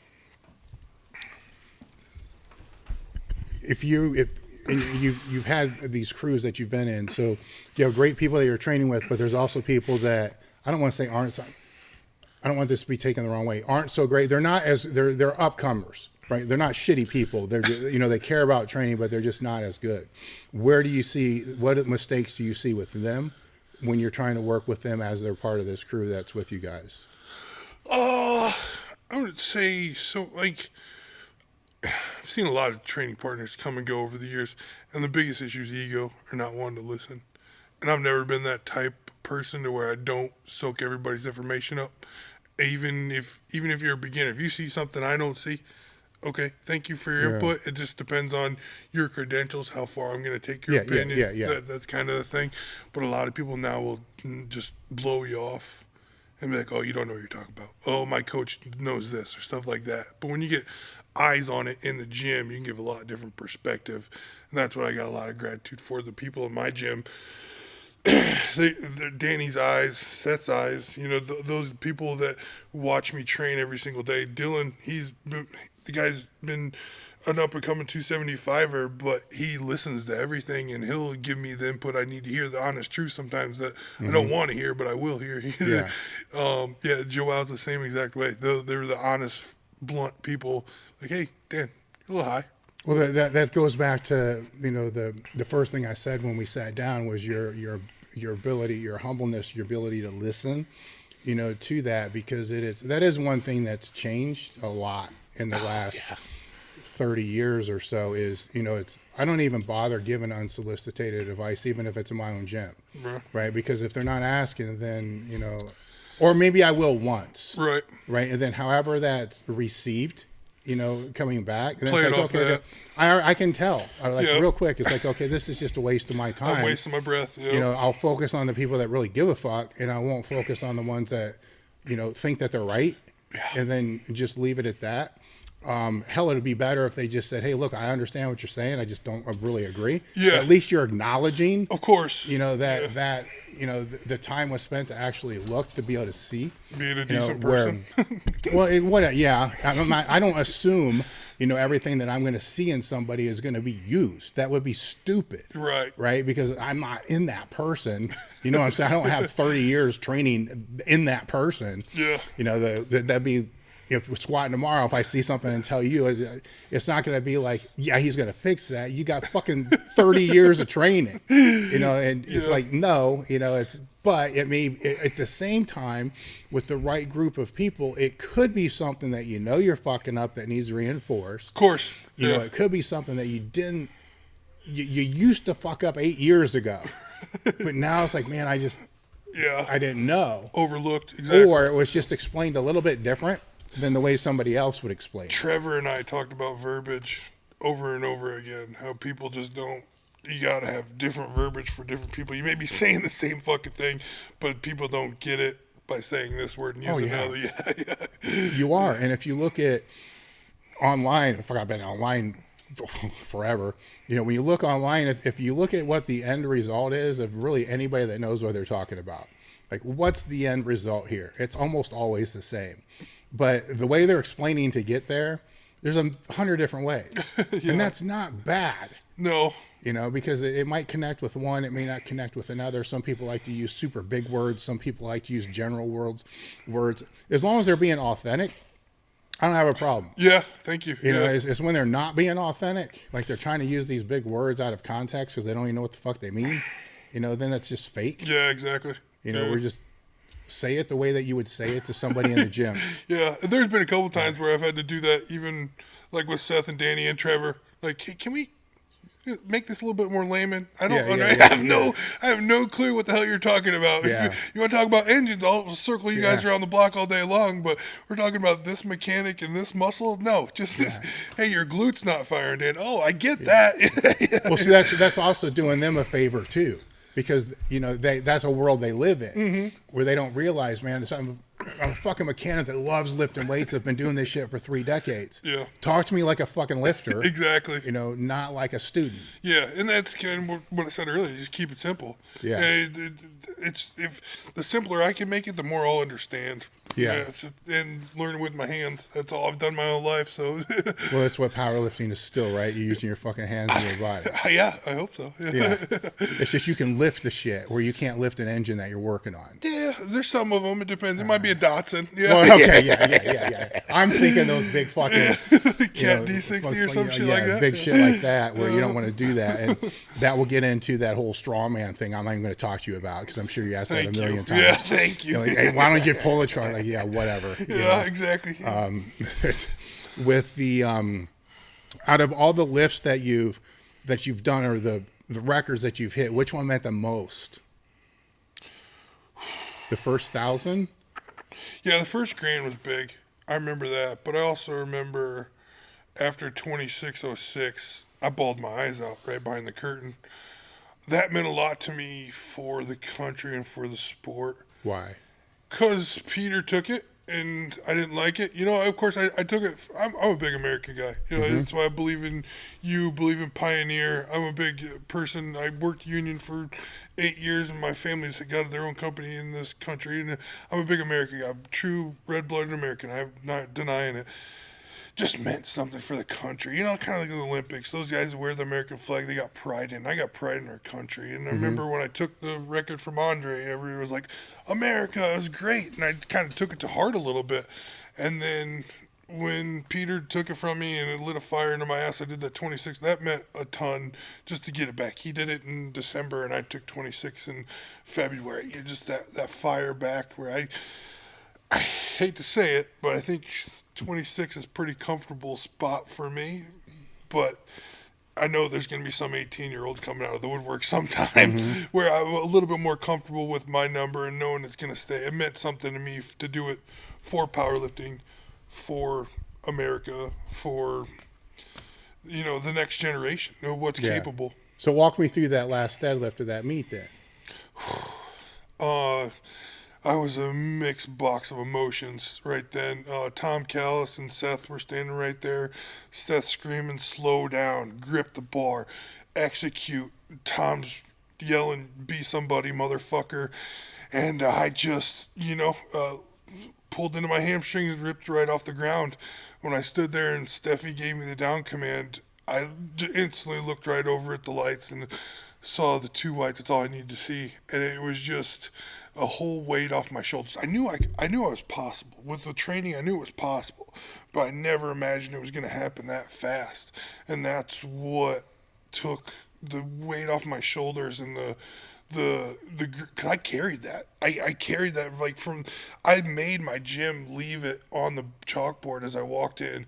Dan Bell world record 25:18, and I bought a fucking Czechoslovakian flag that's on my desk just to stare at every other day when I had to go in there, just to eat at me alive. My whole life wrapped around beating 25:79, and just to do it and do it that fast was such an emotional journey. And of course the anabolics don't help. And I, like I said, walked back behind the curtain and just lost it. I was down on my knees bawling my fucking eyes out. But just knowing the gratification that I did something I wanted to do and not any other person in the world has ever done is fucking satisfying, to say the least. Yeah. Yeah.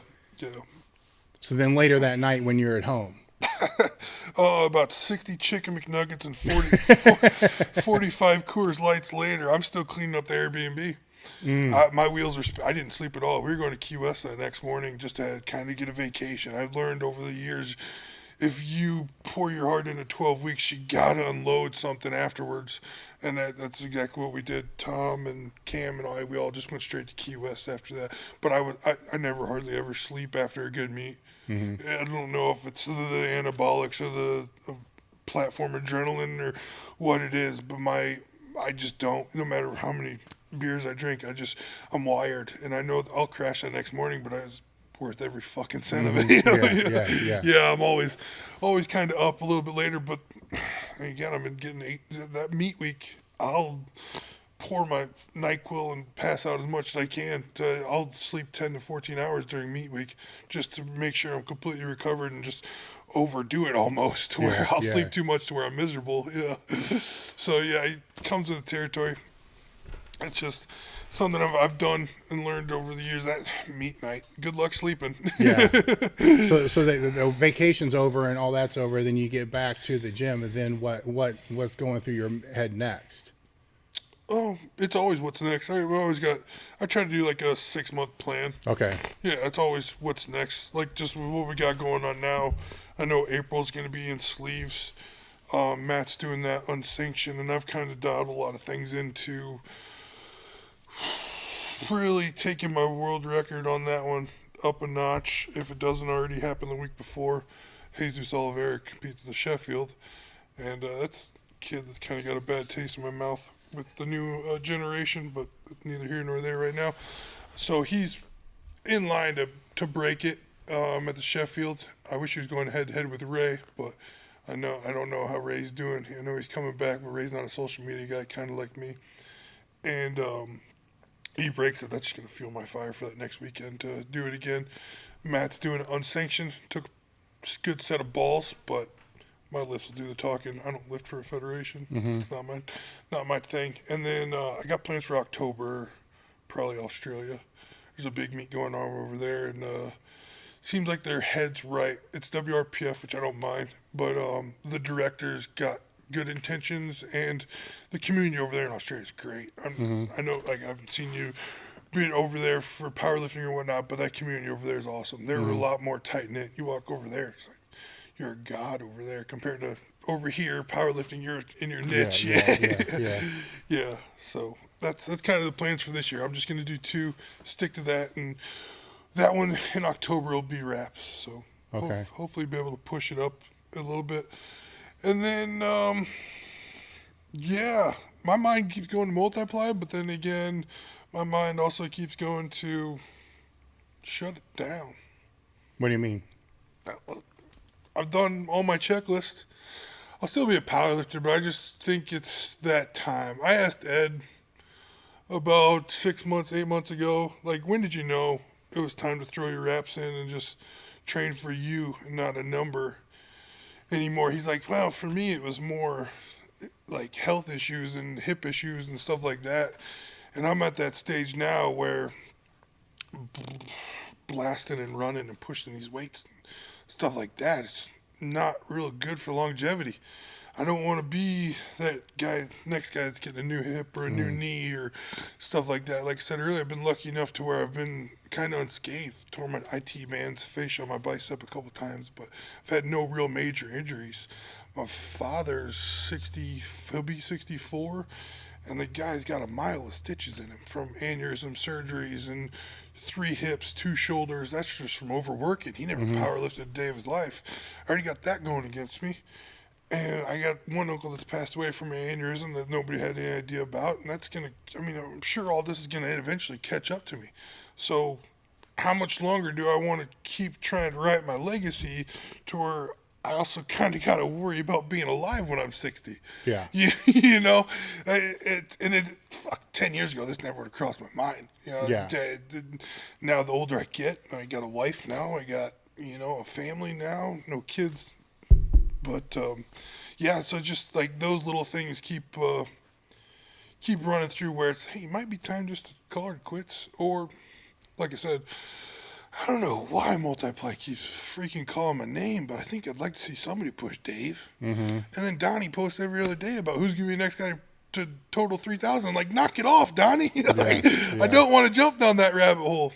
Yeah.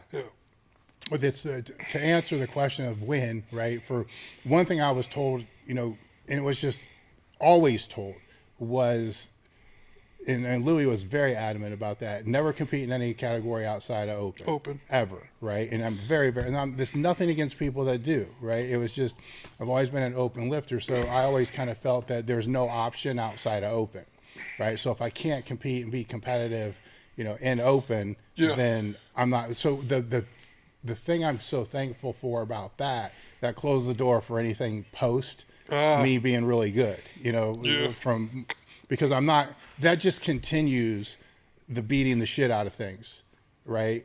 Which I can do that in my own. Didn't want to hear that, right, Dave. Right. Well, it does, because it's, then all of a sudden you're still chasing, you can get caught up in the rabbit hole of still chasing all-time world records, but now they're masters, or now they're this, or now they're this. And so that chase is still there, where that kind of takes 10 years off that you could just hang around. Right, yeah. Right? And I'm not saying this is the right thing. It was just my thing. Yeah. And then, like Ed and so many others, the injuries are what kind of took me out, you know? So, and it wasn't just that. I would be lying if I said it was just that. It was that plus other things, but you'll know. I'll just say that. Okay. You'll know. I said, you're 35 last time you got on the platform, right? Something like that. 35, 38, something around there, but starting at 12. Right, exactly. So, your first meet was 14 months before I was born. Yeah. So there's that time of all that, but there's identity shit and a lot of other things. So you came in later, which is going to be an asset for you because you came in later. I mean, when you come in and this is all you really know. Yeah. Like I didn't know anything else. Right. Yeah. Then my whole profession was based around this. Of course. Then job based around this. So all those other things are based around that. So there's other things, but with if the option is off the table to not find a way to keep going, right? Yeah. Then that makes it easier. A lot easier, of course. Now, with the multiply thing, I see where that's coming from. And, that could be a doors, but I got to go down this story because I got a fucking story here. That's just, so when you did your multiply meet, because people say, why don't you do multiply? Well, you did, but you only wore briefs, right? So you didn't get to the point where you could wear the suit. And that's so scary. Apparently, a little bird told me that they were like pulling 1,000 pounds off you like every week, every time you squatted for the whole training cycle because you wouldn't sit the fuck back. Yeah. So you weren't even using the gear, right? At all. So them catching 1,000 was a normal thing. And then during the meet, you'll have to walk me through this one because I kind of remember, but I don't. You did hit 1,200 and your belt blew off. Yep. So why the reds? No, I hit, I came out of the hole clean, but right at the top of my belt open, I sat down again, so I didn't completely lock it. And that was actually the prototype PAL. So, nobody even knew what that was at all. And the curvature was a lot different. That's why it's so great. Now it's because those little, Matt's like, nobody's going to be putting 1,200 pounds on the back. You got nothing to worry about. But Danny Tinajero, he was in front calling my depth, and he was in the back room bawling his eyes out because he thought it was my knees. He didn't know it was the belt. Now you picked up what 80 on your bench, from the shirt. Yeah, 667. So kind of a it was shitty carryover. Single ply katana. Yeah, so not a great carryover. Then the deadlift didn't take as big of a hit as I thought it would. I did it raw. Oh, well, I know that, but typically just the heavier load on your spine. Oh, right. Yeah. And it wasn't that much heavier than you squatted before. It was 40 pounds more. You got 40 pounds out of your briefs. So there's room to get a greater carryover out of all that. Where it's, as I was telling you before we started the podcast, it's a catch-22. Oh, 100%. Where I can see where people want to see you put it on to be able to try to challenge that. And it would be a challenge. But at the same time, I think people forget that there's only 60 super heavyweight, multiply lifters. Of course. And there's 3,000 raw. Raw. Yeah. So and it comes down to what your drive is. Yeah, the competition. It comes down to that. And the rank with sleeves, where are you now? Number one. I mean, total overall, but Jesus right there, he's knocking on the door. Jesus Alvarez. Yeah. The natty kid from Texas. So he's knocking on the door. He's hit 1,000 in training, and he's pulled 9 and change. But that's some things that a lot of people don't accommodate for. That 1,000 squat in the same day is trying to pull 900. It's a different fucking story. And I'm not saying not anybody can do it, but it's not. That's why I always try. If I can, I'll squat as much as I can, but I'll only deadlift as much as I have to. Because that takes a lot out of you, like you were saying. Yeah. And, like I said, Jesus is knocking on the door, and it should be interesting. I know, hey, I'm ready for the next generation to start taking those numbers, but the way their mindset is and the way they're acting on social media is fucking daunting. It's really turning me away from the sport that I love. How so? They're all fucking standing on the board on third base, acting like they hit a triple. It's like everything needs to be handed to them. They're the best thing since sliced bread. Okay, you got 100,000 followers on TikTok. Congratulations. It's not not putting food on your table. It's not. Yeah. It's not making the next person any better. It's not making the next generation any better. You're still being a dick in the gym. Still being a dick in the warm-up room. Help them. Yeah. Help. Be a good person. It costs you nothing to be a good person. What is the point of being that fucking arrogant? It pisses me off. And I get so many stories because there has been a couple times where I'll blast out of somebody that I hear a story about, and then I get 30 more in my DMs about what they did at this meet and how they were a prick to everybody. They left all the weights on the bar, and they made somebody else clean up their mess because of who they were, or like they demanded a secondary warm up room for themselves alone. Like, who the fuck are you? Like, I'm not okay with that. Yeah. So I don't pay that much attention. So is that more prevalent, over the last few years? Oh yeah, big time. Especially social media. I someone say I blame it on that, but it's really the reason why. Is because everybody gets that big head, like, oh, I'm the best thing here, and you should be thanking me for all these new kids coming in the sport, and I've been coaching and helping out. Like, but I'm the best. Like, I don't need to do this. I don't need to follow your directions. I don't need to help the next person. Like, that's not where I came from in this sport. I came into the sport because everybody was so helpful, and it felt like I wanted to be a part of it. Yeah. Live, learn, and pass on. You got the same mentality. It's like, like I say, it costs you nothing to be a nice person. Well, why are you going to be a dick to the next person that doesn't hardly know you? There's no point behind it. And it's just, I see it constantly, and especially the USPA Nationals in Daytona. And my gym blew their lid with all those kids coming in there, leaving weights on the bars, and no gym etiquette whatsoever. It's like, what is this costing you to wipe the bar down and put the plates away? Like, be a good person. So it was the majority of the people in the meet. Yeah, right. And we got one of those posters right on the door now. It says "fuck them kids" because I can't stand it. It really drives me nuts. And the gym owners thank me. They're like, thank you. Yeah. So was this for a meet or just the normal training days? Well, they were training, how they do squat, bench, deadlifts constantly. And there was kind of a little bit of both, I believe, because their meet was coming up in a couple days. Or I think they had like a 4 or 5 day meet where it was 5 days long. And then the equip day. I get along more with the equip guys in the USAPL than I do anybody else. But, yeah, they'd come into town like on Tuesday, then train a couple days, and then do the meet on Friday or Saturday. Okay, so you're just talking like the higher ranked lifters, right? So it wasn't like but it carries over to the younger ones too. Yeah, I know, but if you're at a meet, say a local meet or any of the meets that you go to, out of all the people that are there, this is just me asking, right? Out of all the people that are there, are they all dickheads or most of them really good people? Just a local meet, just a normal local meet. Oh, okay. Well, I went to a USPA drug tested meet in October, and it seemed like they were all genuine good kids. Yeah. And they all, one kid that trained in our gym a couple times, he was having trouble with his squats, and I took him in the back, and I'm like, hey, put the bar on your back.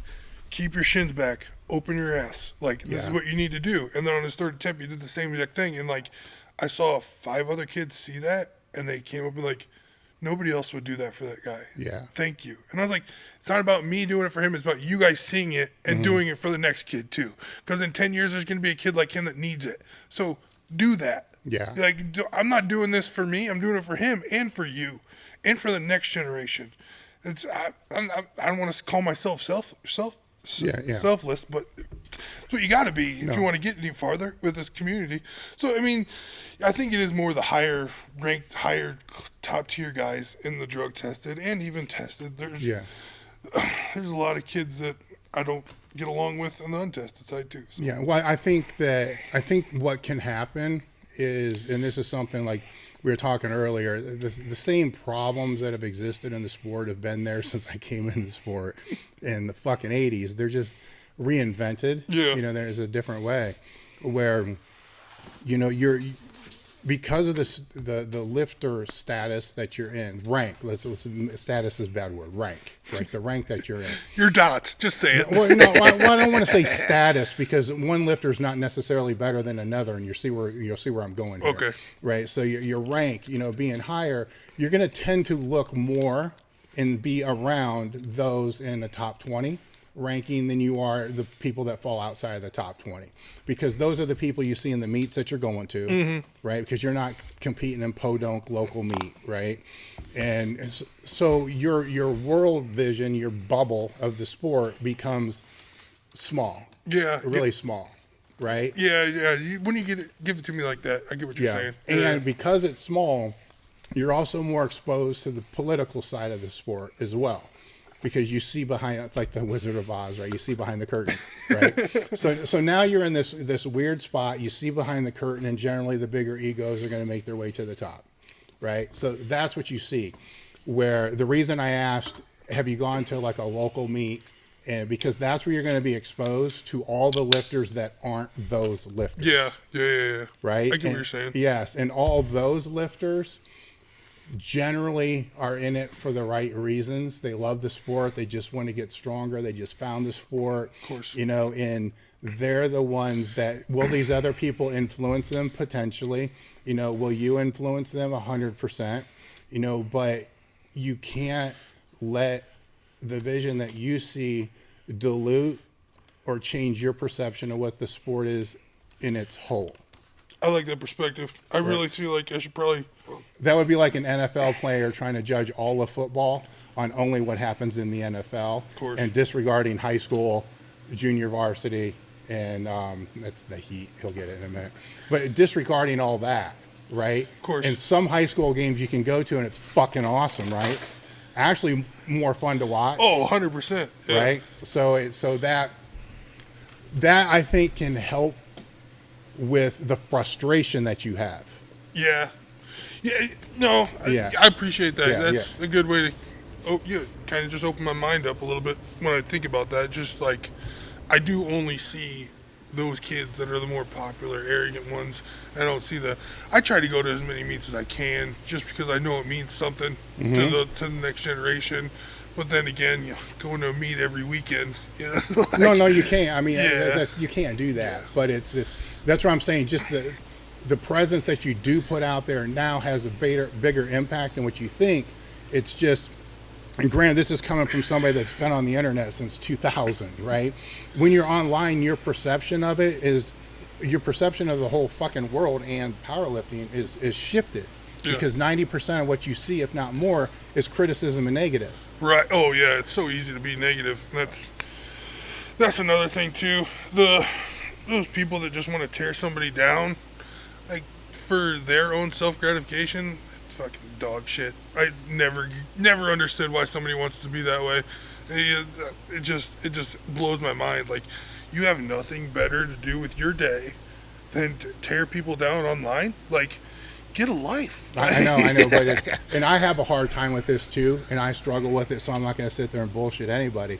They're the vocal minority, right? So the majority of the people love what you're doing, love how you're presenting it, you know, and like what's out there, and love the sport, but they got better things to do, of course, than to hit a like button, you know, or write a comment or whatever it's going to be. Yeah. Where, you know, it'd be great if they did, but that's just not how the world works. Of course. Right. So it's that's the only, if there's a big problem with the whole online thing, that's what I have, is people who are making a difference and, you know, influencing people in the right way never know about it.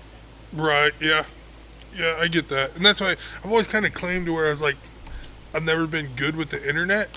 It's not that I couldn't jump down that rabbit hole and be a lot better and make a awesome video, reel, whatever, blah, blah, blah. But I just don't want to be that involved into it and look down all those different rabbit holes. I don't think you have to be, though. Your numbers speak for themselves. It's like, okay, here's Dan Bell, here's what he totals, and then you can't tell me that people aren't like, you know, any fucking heavyweight kid, guaranteed, is like, well, who is he? Right? And then they're going to go listen, and they're going to find this podcast, and they're going to find other podcasts that you're on. You're like, man, this dude fucking works all the time. He's got his shit together. You know, he's fucked up some things. He takes a, you know, he's a, that's what matters. Yeah. Right? So that has a bigger reach and impact than a reel. Yeah, I appreciate that. You know, or a short. No, it's fact. Yeah, but like you're also opening my mind to it too, to where I got to think about it with a different perspective instead of sitting in my truck and being that grumpy asshole. Yeah. It's easy to do. It's easy, man, because you can go down that rabbit hole, and that's, like you said, that's all you see. But as you're seeing that, you got to remember that the person that you're looking at that's, you know, pissing you off might be in a full scheme of a meet that has 125 lifters, right, might be one of 3 people out of the whole meet. Yeah, exactly. Right, and everybody else is following the person while they may have more comments, the majority of the people are like, look at this fucking Asshole, yeah. Right? So that's how I like it. It's like I'll ask myself, what does the silent majority think about this? Yeah. It's probably what I am. What a fuckhead. Yeah. Right? And then, you know, scroll through. I get it. Yeah. Yeah, that's good. A good perspective. Thank you. Yes, with I got a story here. The 2021 Kern with your bench, you know, somebody fucking swiped your wrist wraps. Snagged them. Right? So there's a couple things here that are kind of cool, right? Where Matt's been great to you at Pioneer. Oh, yeah. You know, and so they're Pioneer wraps. Yep. From what I understand, you didn't want to wear anybody else's wraps except Pioneer wraps. Of course. Right? So that's loyalty to Matt, which is, you know. Till the day I die. You know, that's the good thing, man. That's not common. Yeah, 100%. Right? Yes. It's not common. And so you had to borrow John. I grabbed John's. Yeah. John Hack's wraps, right? And he just got done benching 584, I believe, and I was going for a bench PR. It was like 606, and I didn't have any wrist wraps. So I'm like, John, hey, give me your wraps. And I looked at Andy. I was like, this will be good for Iron Rebel. Yeah. And like 12 inches. Yeah, they were tiny. Yeah, and softer than hell. Yeah. And they didn't fit. No, it was just itty bitty. It was too funny. Yeah. Still got the bench. It's interesting to think about, though, right? Because now we were just talking about people at the top who can be shitty and bad examples. Right. Where here's one of your top competitors by formula saying, hey, man, use my wrist wraps. Yeah. Oh, John and I go back deep. Yeah. When he started out in the UPA in Wisconsin, I was going to those meets, and John and I, we went back and forth in raw mate. We went and did that meet together, and we've always gone back and forth. Now we'll talk online every once in a while. Hey, you doing this meet? Hey, you doing this meet? Who wants to go get the money? Yeah. Exactly. We've battled it out a couple times with hybrid and pioneer, and and then the Kern that year too. That was the first time I ever beat him. So, yeah, he's a great kid, and he means well. Introvert, but. Nothing wrong with that. I get it. I love his attitude. I love his perspective. I love the way he did it. The way he did and went about it with the whole tested IPF winning, then untested, and now just absolutely slaughtering it. That is great for the next generation. I appreciate I tell him that all the time too. I appreciate the hell out of that, the way you did that, because I was on shit before I even started. It is. You know, I told him the same thing because it's a great story, you know, and it helps because and I'm sure I'll talk about this as this topic keeps coming up over the next few podcasts or next guests that we have, you know, while people are all bitching about, you know, federations and all this other kind of stuff, there's the other part that people are missing, and that is the lift, and you kind of touched on it, the lifters themselves are influencers in the back of a warm-up room, right? So, you know, I have younger lifters that are out here, right? So I don't necessarily want to send them to a meet where everybody in the warm-up room is going to be saying, hey, dude, you should be on trend, right? So I'm more worried about that than I am, you know, a judge that they may never have any correspondence with at all, right? Because this can fuck their lives real quick. Of course. You know, or, you know, hey, you know, whatever recreational drug they're all doing, you know, for whatever that meet as well. Where with John, I can point to him, right, with these kids and say, look, man, I know the temptation's there, but look at this dude. Yeah. Look at the trajectory and the path that he used. Exactly. If you want to dominate, right, then you want to be able to push this back and push it and wait. And right there, I mean, the path is cut. Of course. Yeah, I get so many questions about it, and I never suggest any kinds of steroids. Hey, have you reached your potential natural? Like, that's my first, and if you are you training optimally? Are you training smart? And then, like, hey, this is your choice. Yeah. And if I want nothing to do with it, go ahead, do your thing. But let me know. Like, if I'm coaching you or whatever, let me know. Like, okay, this is what we got to look forward to. Hopefully it works out. But, yeah, 100%. I'd never try to be that guy. Oh, you do this, up the dose, kid. You know, most aren't. You know what I'm saying? Most aren't. Most if a younger kid's going to come, or if somebody that's only been in the sport a little bit of time, most I like to think, you know, are going to say, nah, dude, just hold up. Just wait, because you only have your first cycle once. Of course, right? Just yeah. wait. Yeah. But on the flip side, I've seen so many fucking women come in and then they don't know the difference between powerlifting without Anavar. Yeah. They don't. It's just part of what it's become. Exactly. Like, how the fuck did that happen? Yep. Which is a worrisome thing right there. Yeah, that's gotta be rough. Yeah. I don't wish that on anybody, getting thrown in like to the lion's den like that. That's I couldn't imagine. I'm pretty happy. I say pretty happy. I like the way a lot of the females are leading that side of powerlifting now, with being completely open with it. They're Bree and Hunter and them. They're open as hell about it and love talking about it and helping the generation. I thank them all the time too, especially Bree. Her and I, we butt heads, but that's what best friends do. So yeah, it's really great to see that that's getting thrown out there and being open. That's why I every time I talk to somebody like along those same lines, like, I want the next generation to do everything that I learned from, because I was that same idiot that ran their head through the brick wall so many times, and I wanted what I can pass on and tell to them, so they don't have to be that idiot like I was. Yeah. So, and seeing that's the female side of it, because it was so taboo when I first started. No girls were talking about doing anything like that. And then next thing you know, they're in the bathroom shaving their mustache. Yeah. Yeah. So yeah, it's good to see. It's a little breath of fresh air. Yeah. Marek Health is a premium telehealth platform specializing in hormone optimization and preventative medicine. Are you looking to optimize your health in and out of the gym, improve recovery, sex drive, and quality of life? Have you tried speaking to your health professional about this and have gotten the cold shoulder, stereotyped, or just told it's part of getting older? You just go to marekhealth.com/table talk, and you can create your own lab, or you can take labs that we've had set up for them, which are based upon the same labs that I've been doing over the last 15 years. Or you can use their guided optimization. With this, they'll put you in touch with a patient care coordinator, which is actually pretty cool, because you get to sit down and speak to somebody that can understand what you're looking for from hormone optimization and the preventative medicine standpoint. After that conversation, they'll determine which labs that you should and which tests you should have done, and then from there, get the labs done. They'll review those labs with you and put you in touch with one of their hormone optimization specialists that can determine which supplementation that you should use, over the counter or prescription. marekhealth.com/table talk. The discount code is table talk.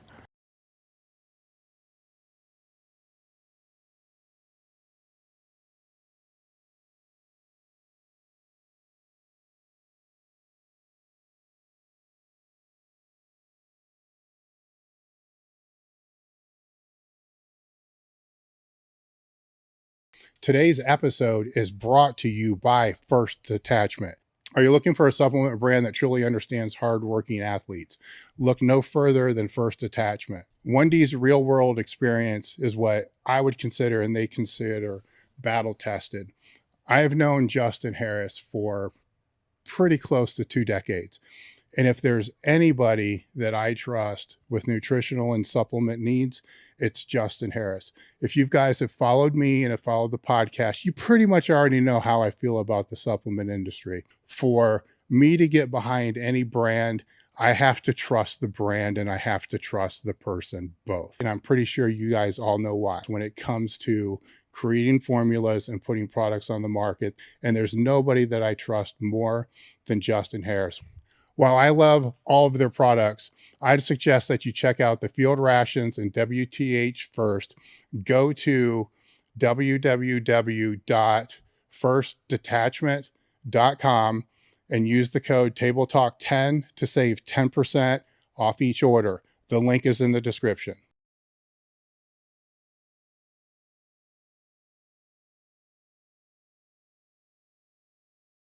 Marek Health is a premium telehealth platform specializing in hormone optimization and preventative medicine. Are you looking to optimize your health in and out of the gym, improve recovery, sex drive, and quality of life? Have you tried speaking to your health professional about this and have gotten the cold shoulder, stereotyped, or just told it's part of getting older? You just go to marekhealth.com/table talk, and you can create your own lab, or you can take labs that we've had set up for them, which are based upon the same labs that I've been doing over the last 15 years. Or you can use their guided optimization. With this, they'll put you in touch with a patient care coordinator, which is actually pretty cool because you get to sit down and speak to somebody that can understand what you're looking for from hormone optimization and the preventative medicine standpoint. After that conversation, they'll determine which labs that you should and which tests you should have done, and then from there get the labs done. They'll review those labs with you and put you in touch with one of their hormone optimization specialists that can determine which supplementation that you should use over the counter or prescription.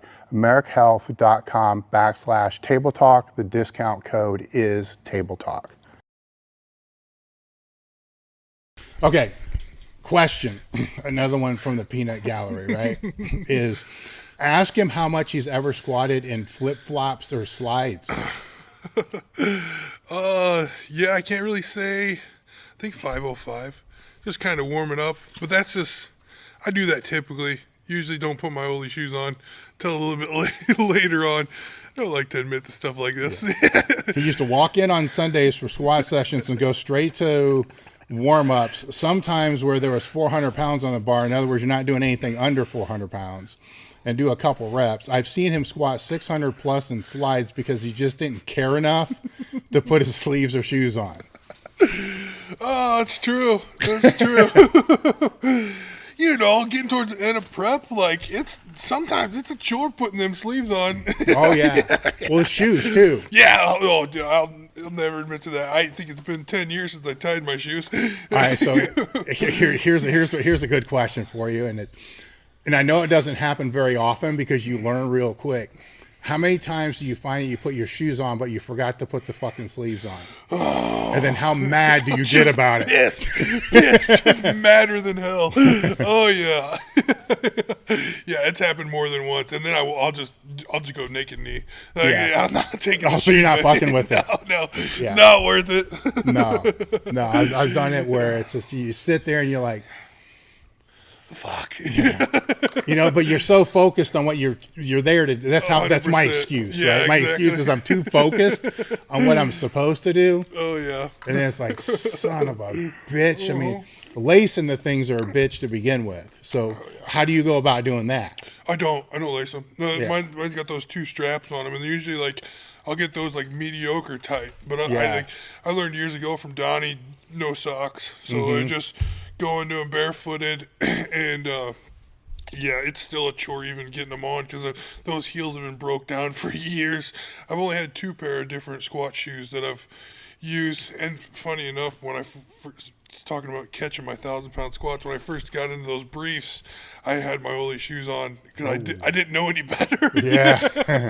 Oh, that was rough. That was a rough Sunday, but I went right to flats after that. So it was pretty funny. But getting the shoes on, it's quite the chore. You'll see. Hell, my morning routine of stretches just involves me putting socks on. So that's pretty wicked too. So. Do you spray the stickum in your shoes? No, I've been with the humidity in Florida. I don't need to. Yeah. Okay. All right. I've been lucky enough there. So you're also not, because I picked up on a couple of things here. You're not changing your shoes every training cycle. You're not changing. You've had 2 pair of shoes in the whole time that you've competed. The December before my first meet, right after I did that push-pull meet, my mom got me my first pair of Romellos for Christmas because I couldn't afford them. I was living on unemployment. And I wore those until 4 years ago. I got the Romello 4s, and those are the same ones I wore. And I don't change them.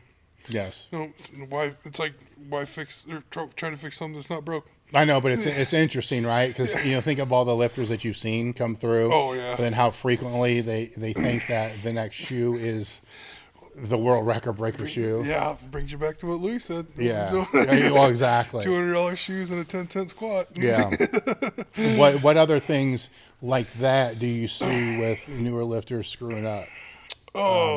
Wraps, for instance. Are they jumping between different wraps too much? God, yeah, wraps and sleeves. Yeah. I mean, don't get me wrong; those enders are great. Yeah. But if you don't know how to squat, Ain't gonna help you none, especially with wraps.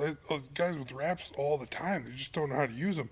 I guarantee if they took the wraps off, they'd squat just the same. They don't know how to utilize that spring to where, or even the wrap in itself to where the whole point of the wrap is to keep your tendons and ligaments in the same exact spot they are when your leg's straight.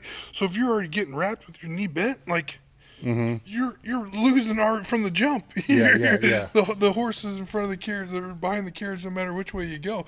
I see it all the time. It's just something, those little things that the kids don't try to pay attention to or soak up on. It's just, you pay attention to those little tiny things. And if the socks with the shoes too, even like I was saying with Donnie, like, that helped me a ton too. My foot doesn't slide at all. I'm stuck inside that shoe. So the little things that just pay attention. Yeah. How do you cycle your wraps through the training cycle? Oh, I got one pair from the jump. I get a pair and I use those until the meet day. Meet day, I get a brand new pair. And then usually that pair that I wear for the meet go with me for the next cycle. Yeah. And then get a brand new pair for meet day. Yeah, usually, I mean, I can tell with those, like, Pioneer's got the Phantoms. When those are too aggressive, they're cast-like, but they got a little spring, but they're too aggressive for me. And then Matt and Tom Callis came out with another pair. They're a little lighter on the cast, but they give me the perfect spring. So it's just exactly what I found have worked really the best for me. That's some super old school shit right there, because that's how I used to do it when I was training for meets in high school. No shit. Yeah. So awesome. you would have, and I would have, because they weren't as good.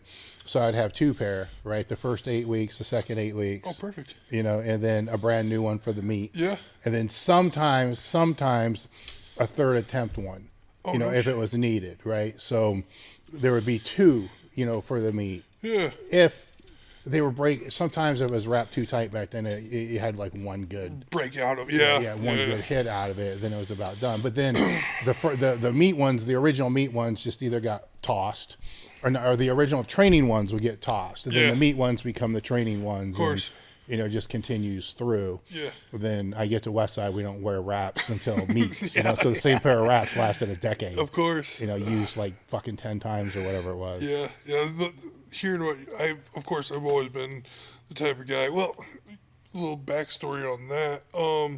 Seeing Grandick and all those guys go to the UPA meets when I was first starting, and then Frankel and all those guys too, really made me pay a lot more attention to the history of it. Yeah. And then I went out to Jimmy's place a couple times and trained with him and learned from him and kind of soaked up a lot of his knowledge. Never went to Frankel's place, but every time we got together at the UPA meets or back and forth between the Midwest, we always bullshit and share stories, either whether he was talking about Becca or, the old school training days, all that kind of stuff really helped me carry on to what you were saying earlier with the paying homage to the history of the sport. It's just that kind of little stuff, means something to me. Yeah. With those guys and learning from them, when you brought up on the the crew cast the other day with the crack and strippers, then my first thought was Panora. Like, I was dying laughing, and then I remembered the stories about Dimmel too. So So it just keeps going, and even before, right? Yeah. The guys that were in the warm-up rooms of the meets I was going to were like Pacifico, and then Louie and Steve Wilson and some of these other guys, they were help. Even Ed, was helping me in a warm-up room when I was fucking 19, 20 years old. He didn't have to do that. Of course. But he did, and that's, it's kind of, and I think this thing still happen now, but it's just, and I wonder, and I think really hard sometimes, like, were they outliers too? What were the majority of the people assholes then too? But I just didn't pay attention because I wasn't that good. Because you got to get to a certain level to where you can see the things that we were talking about, of course, behind the curtain and all the other shit. Right. Because it's crazy because it's almost like powerlifting innocence. Because until you get to a certain point, man, it's just all it is. It's just the meat. Yeah. Like 8 weeks, 12 weeks of the meat. It's just the meat. Go to the meat, hit the meat, break some PRs, have a fucking good time, and then some of that gets a little lost. It's still there, but being that naive, that would be a beautiful thing. Yeah, man. Just you're opening my mind all kinds of different ways to think about it. So well, it is, and I think a lot of it's because we let it in. Yeah. Right? Because there's nothing outside of being that naive that's going to make a difference to your own training or total. Exactly. Absolutely fucking nothing. 100%. Yeah. You know, outside of, there's a caveat, outside of you need to communicate with other lifters and know where they're going to compete, especially today. Yeah.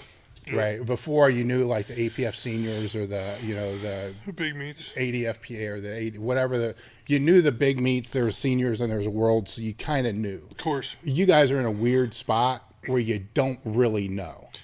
Yeah. No, 100%. Yeah. And the federation's fucking changed too. Like where you're going to go is going to change too. And yeah. I was that way in like the first 5 or 6 years. I wouldn't leave the monolift. Didn't want to. Scared of the walkout, watching Brandon's stuff. At the beginning of powerlifting, Brandon was kind of one of the idols because he was the bigger name. He was super heavyweight, and I was looking up to it. Then watching what he did at the Fit Expo, that really kept me steered clear away from the walkout. And then Ed was one that kind of talked me into it. He's like, walking out in sleeves is easier than walking out with walking out with wraps is easier than walking out with sleeves. And I'm like, okay. And then I did it. And then I was like, USPA maybe not that bad. And then of course everybody's like, oh, if you don't do a UPA meet or USPA meet, it doesn't count. USPA's only have credential judges, and everybody sucked their cock for so many years. And it's like, okay, now look at them. Well, it's all bullshit. I mean, and that's why, I try hard with the people that I'll communicate with to just get them to ignore all the noise. Because it is. Because at the end of the day, is the all-time world record being recognized? Right. People can debate about if it is or isn't, but is it? Yeah, exactly. Like, fuck the debate. Is it? Okay, so where is it being recognized? So then you go wherever you're going to be pushed to be your best. Yep. 100%. Right? So pushed to be your best by maybe John showing up, or somebody's going to push you on formula. Exactly.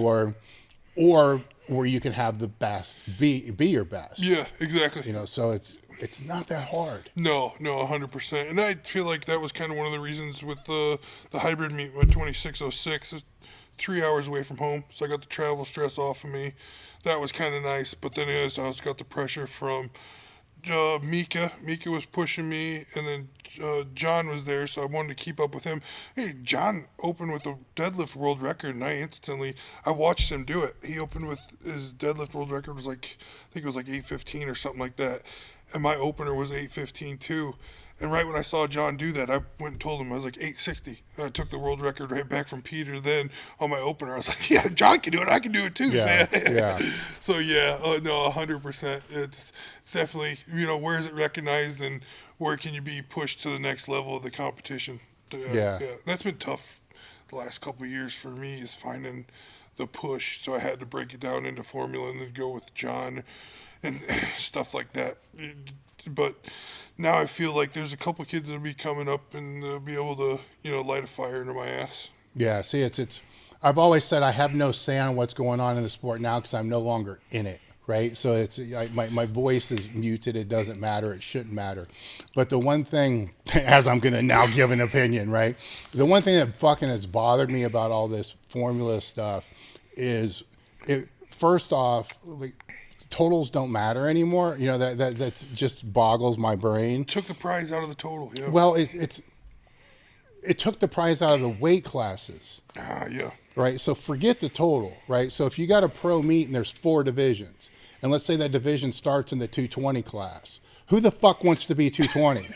Be 275. What? Yeah. Exactly. All right. So that's going to, over a period of time, that's going to hurt the 220 division big time. Take it all away. It's going to hurt it because, and the totals are going to be, and it's all going to be broken down because of that, to where, and I see the side that says we can pay the guys more if there's only 4 divisions, right? But you're not paying really a whole fucking lot, outside of one person, which happens to be you, right? So it's, darn. Yeah, I know. Yeah. So it happens to be you, but outside of that, nobody's even making enough money to cover their costs to get there. No, 100%. Yeah.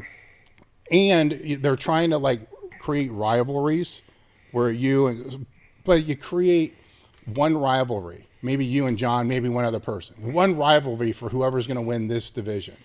Where there used to be, you could go to a fucking senior nationals, yeah. and these guys are fighting for the super spot. This guy's fighting for the 75s. Granted, the meets are boring as fuck. We'll all admit that. But the only time it's not boring would be like on the deadlifts when shit's close and people are, jockeying for positions. But you could see that in every weight class. Yeah. And then that became something that this is actually interesting to watch. So they actually took out the part that's the most interesting to watch. Exactly. Reduced it to just one, which is based upon a formula nobody can fucking understand. Yeah, or make sense of it. Yep. Even, now, think about that for a minute. If the lifters can't make sense of it. You got to get a special app to have the calculator to figure out what you're at. Because, even with Glossenbrenners, Yes. you have, that goes off your weight, and then you get a certain number, and then you got to divide it. It's like, none of us in this sport are that intelligent to even go through that whole process. No, but if the lifters can't fucking figure it out, but they're doing it to make the sport more popular, you think the fucking audience can figure this out? They're like, right? So say you're competing and John's a great fucking lifter. I'll never take anything against him. He's fucking going to go down as one of the greatest of all fucking time, definitely. right? But as a spectator that doesn't know any different, if you're competing with him, they're like, you lifted more weight. Why don't you win? How the fuck the little dude beat this guy? Yes, exactly. You squatted 500 pounds more than him, and he still won? That doesn't make any sense. Yeah, by point. So let's just say this just happens to be on ABC Sports. Explain that one. No kidding. Yeah. So it's just this fucked up thing that's, I never really understood. 100%. But I guess the way they're trying to balance it is they can give the best squat, the biggest squat. That's the what biggest stretch. I've noticed that. That's what a lot of directors are doing that now. It's where they're coming to me with the meat and wanting to do, hey, we do this, we're going to, this much money for this for dots, but then we're going to give this much money for biggest squat, bench, and deadlift. And it's like, okay, now you're making it worth it because I got a chance at this, but I'm guaranteed to walk away with this. Mm-hmm. So, yeah, definitely. Yeah. And you got to take the hindsight. When I started, there wasn't money. In these last 4 years, I've kind of made it about, okay, I got the world records, and then that's great and everything like that, but the last 2, it's just been like, okay, where can I go make the most cash? This is a hobby. Let's make it a little bit more lucrative. Yeah. Yeah. Now, so what I would put out there to those powers that be in powerlifting, is that what they want the lifters to think? Right. No. Right. Yeah. So I see where you're coming from, Yeah. right? And I totally get it, and I'd be the same fucking way. Yeah. But is that what they want? No. Right? Yeah. So, now, if that's not what they want, but that's the impact of the decisions that they're making, then maybe they need to think a little bit harder. Rethink over that. of what their marketing plan is, what the branding is. Yeah, no, I get that for sure. And you look at the American Pro. Yeah, they didn't hand out tons of cash, but they had a great production, awesome meat. I know they're just trying to make it better and better every year. Mika's got great intentions for it, but sometimes a little bit too much they get overthought, and then the judging gets overlooked, and then the internet has something to say. So it's damned if you, damned if you don't type of situation. Yeah. But the internet has something to say about everything. Wait till the Super Bowl's over and go online. Right? Oh yeah. So I purposely have my flight Sunday night, so I don't have to watch the bullshit. I'll just see the last 10 minutes what I want to see anyways. Exactly. That's too good. With the groups that you've trained with over the years, what's the one that stands out the most? It's they're all pretty even. I mean, with Perfect Storm now, we had the higher level guys, and there was always higher level people coming to train with us. So that's got to be great. I did 2 years at XPF with 242er that got stellar under mediocre numbers, and those are some of the best training days I had as far as remembering wise, because you had to do it all yourself. It was on your shoulders. It wasn't somebody else screaming in your face, getting under you. And then the E&G days where we started in a garage, and just being able to grow powerlifting myself, but then that gym together. It's my best friend that owns the place, so I had some more I guess, input into that growth. My hands were in the wash with it. That meant a lot to me too. And to see where he's at now, running his own meets, running his own professional strongman shows, just having my hands in, watching my best friends flourish to where he was a guy working in a psych ward for minimum wage, didn't know where his life was going to go, dropping out of college to having a basement garage, and now he's hand over fist in the thick of it, doing the best thing for the sport and for his passion. That's pretty fucking satisfying to me as a person. That's just who I am.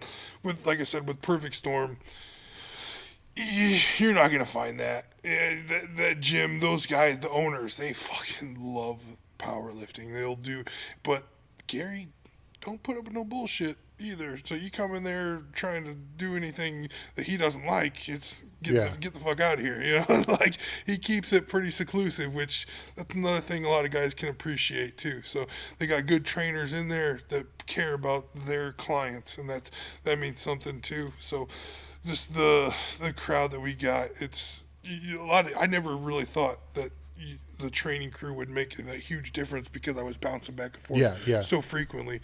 I couldn't ask for a better training crew than what I got now. What do you think creates that, and what do you think keeps that? The creating it is not having yes men, or I guess you could say people that just want to suck your dick for a tag on Instagram. You know, like they don't want to, but they're gonna drink a beer with you later and tell you what you should do or what you should know better by now. Those people that'll give it to you bluntly, but they're also gonna, tell you that your mom's fat too. They joke around and we're gonna have a good time, but we're also gonna be bluntly honest with you. And what keeps it is the camaraderie, to where we might not see eye to eye outside this gym, and we might not live the same exact lifestyles, but in the gym, I'm gonna make you the best person you can be, and that's what keeps it. I think because a lot of people might not see that side of that person, to where like, oh, I don't like him because he does this. But in the gym, he makes me a better person, so fuck off. That's what matters to me. And even if it's not in the gym, I can see what he's doing outside the gym, then I'm going to try to flourish off of that. So that's the type of person I am too. I think that's what keeps it. Everybody's winning. Yeah, I think that's a big thing in the gym and out of the gym. If everybody's winning, then you're just going to keep moving forward, and that's what it needs to be. With anything like that, there's always those that come in that don't last, and then so earlier you said it was ego, was a big reason why they don't last. What were some of the other reasons? I just need the spotlight. Yeah. That and then. You think they're going to find that though? I mean, if with the lifters that you have in there now, what spotlight do they think they're going to find? Right. Yeah, I don't think they'll find it, but they'll go to the commercial gym and everybody will suck their dick because, oh, this is the best thing. They're the heaviest person in it. I don't know. Or they'll just be humbled. Yeah. And that's probably what it's going to take for them to get to be a decent training partner. You got guys that come in there all the time and they aren't fitting in our groove, to where you're loading the plates for the next guy, or you're asking what they need, or you're putting their rack height. Me and I used to joke around all the time, like real friends, no real friends rack height. We'd always go, she was a 19 and I was a 27. Like that's just the way it goes. And but like you find those people that will like expect you to load the plates for them and shit like that, and eventually you just kind of give up on it. It's like, hey, you load your own fucking plates. The videos you squatting where she's running the monolift always made me laugh because she's so stretched out. It makes it look like she's getting ready to dunk a basketball. Or like when she does slam the rack, both hands go up. Yeah. It's like her feet come off the ground. Like she needs a booster or something. Funnier and shit. Is Joe in there much? Oh yeah. Joe's quite the character. Yeah. I give Joe a lot of credit. That guy does not give up. No. I'm glad he's actually just recently went with Danny as far as the programming and training. I think that's going to help him a lot because Danny gets real deep into the muscle structure, muscle movement type things. That's what he does. So I mean that's what Danny's very well known of. He's on the same lines of Trevor. So if you want an intelligent conversation, that's the guy to go with, not me. When it comes to that kind of stuff, Danny saved my life a couple times with meet day.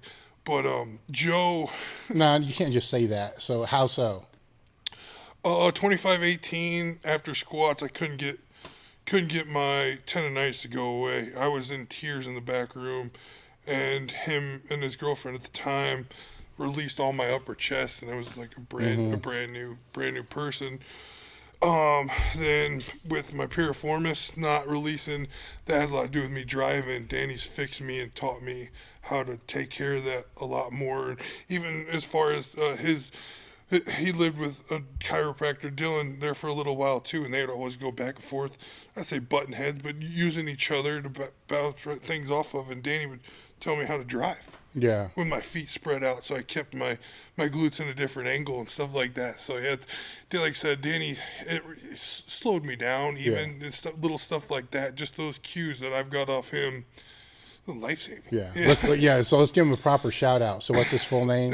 Daniel Tinajero. Yeah, and he is on Instagram. Yeah. I'm actually scheduling him right now to be able to get on the podcast at some point in time. Cool. So good. That'd be a good. No, so getting back to Joe.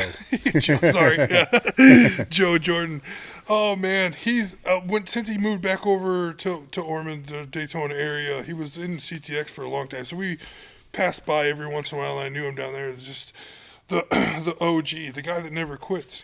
Just gonna do it with broken parts one way or another. It's good to see his determination. It's good to see that he doesn't want to give up when everything's against him. It's really.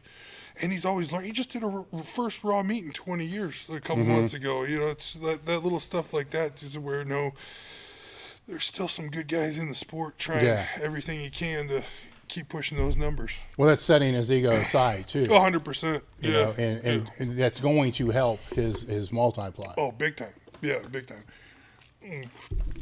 There was a meet in Fort Lauderdale. It was actually the day that Peter took my world record. So December 2 or 3 years ago, he second attempt. He really wanted 10:36 as his third attempt, and his second was 10:03. And he's like, it didn't feel as good as it did. And I was like, Joe, just cut it in half. You wanted 10:36, you got 10:03, go 10:19. End up smoking it. It was great. He still thanks me today about that. So it's just getting everybody's minds together and making a better outcome. Joe's a good dude. Now, it wasn't that long ago you started working with some people online? Yeah. Right? Yeah, So I've always stayed away from coaching. Yeah. It was never really my thing. I don't say I stayed away from it publicly. I've always programmed David Raymond because I've known him for 6 years. He's a 165er out of Iowa. He's a great kid. I've always programmed him. I've always gave him Devontae. I've always done his programming to another kid out of Iowa. It's super strong. I never had a problem with that because we were friends. And then I felt like it was time for me to kind of break into opening my coaching to another person. Now, you can be the strongest person in the world and still be a horrible coach. And that was a big slap in the face when I first started this coaching, which would have been just over a year ago now. And a lot of people got a lot of fucking piss poor excuses. So, yeah.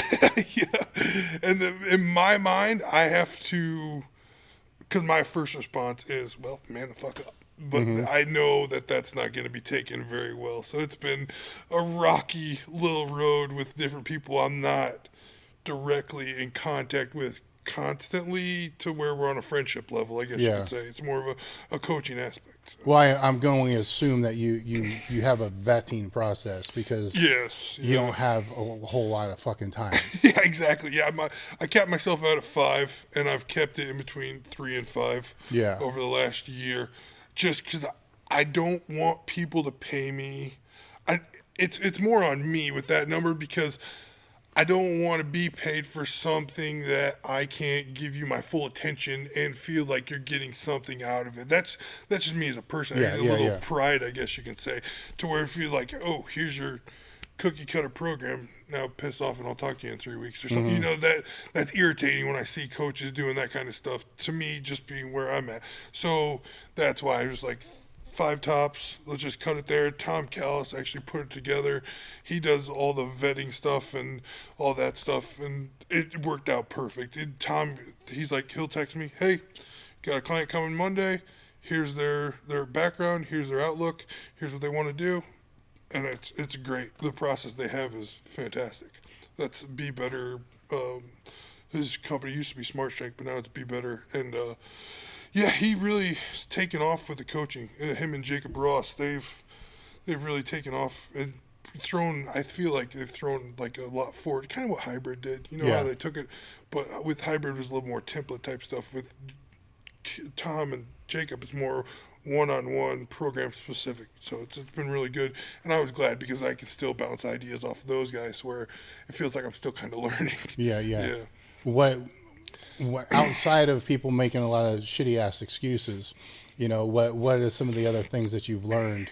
Because a lot of dynamics are removed when it's online. We all assume that. Right? Oh yeah, 100%. But there's other dynamics that will expose themselves, where it's a different demographic than what you're going to see training with you in the gym.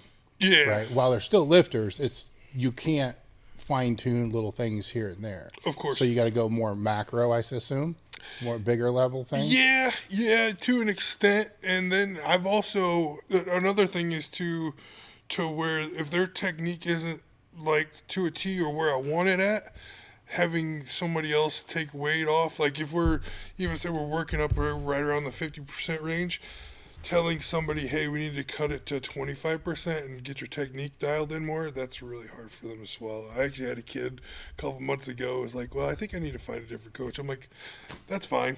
Okay, go waste somebody else's time then. And they can't accept like the weight.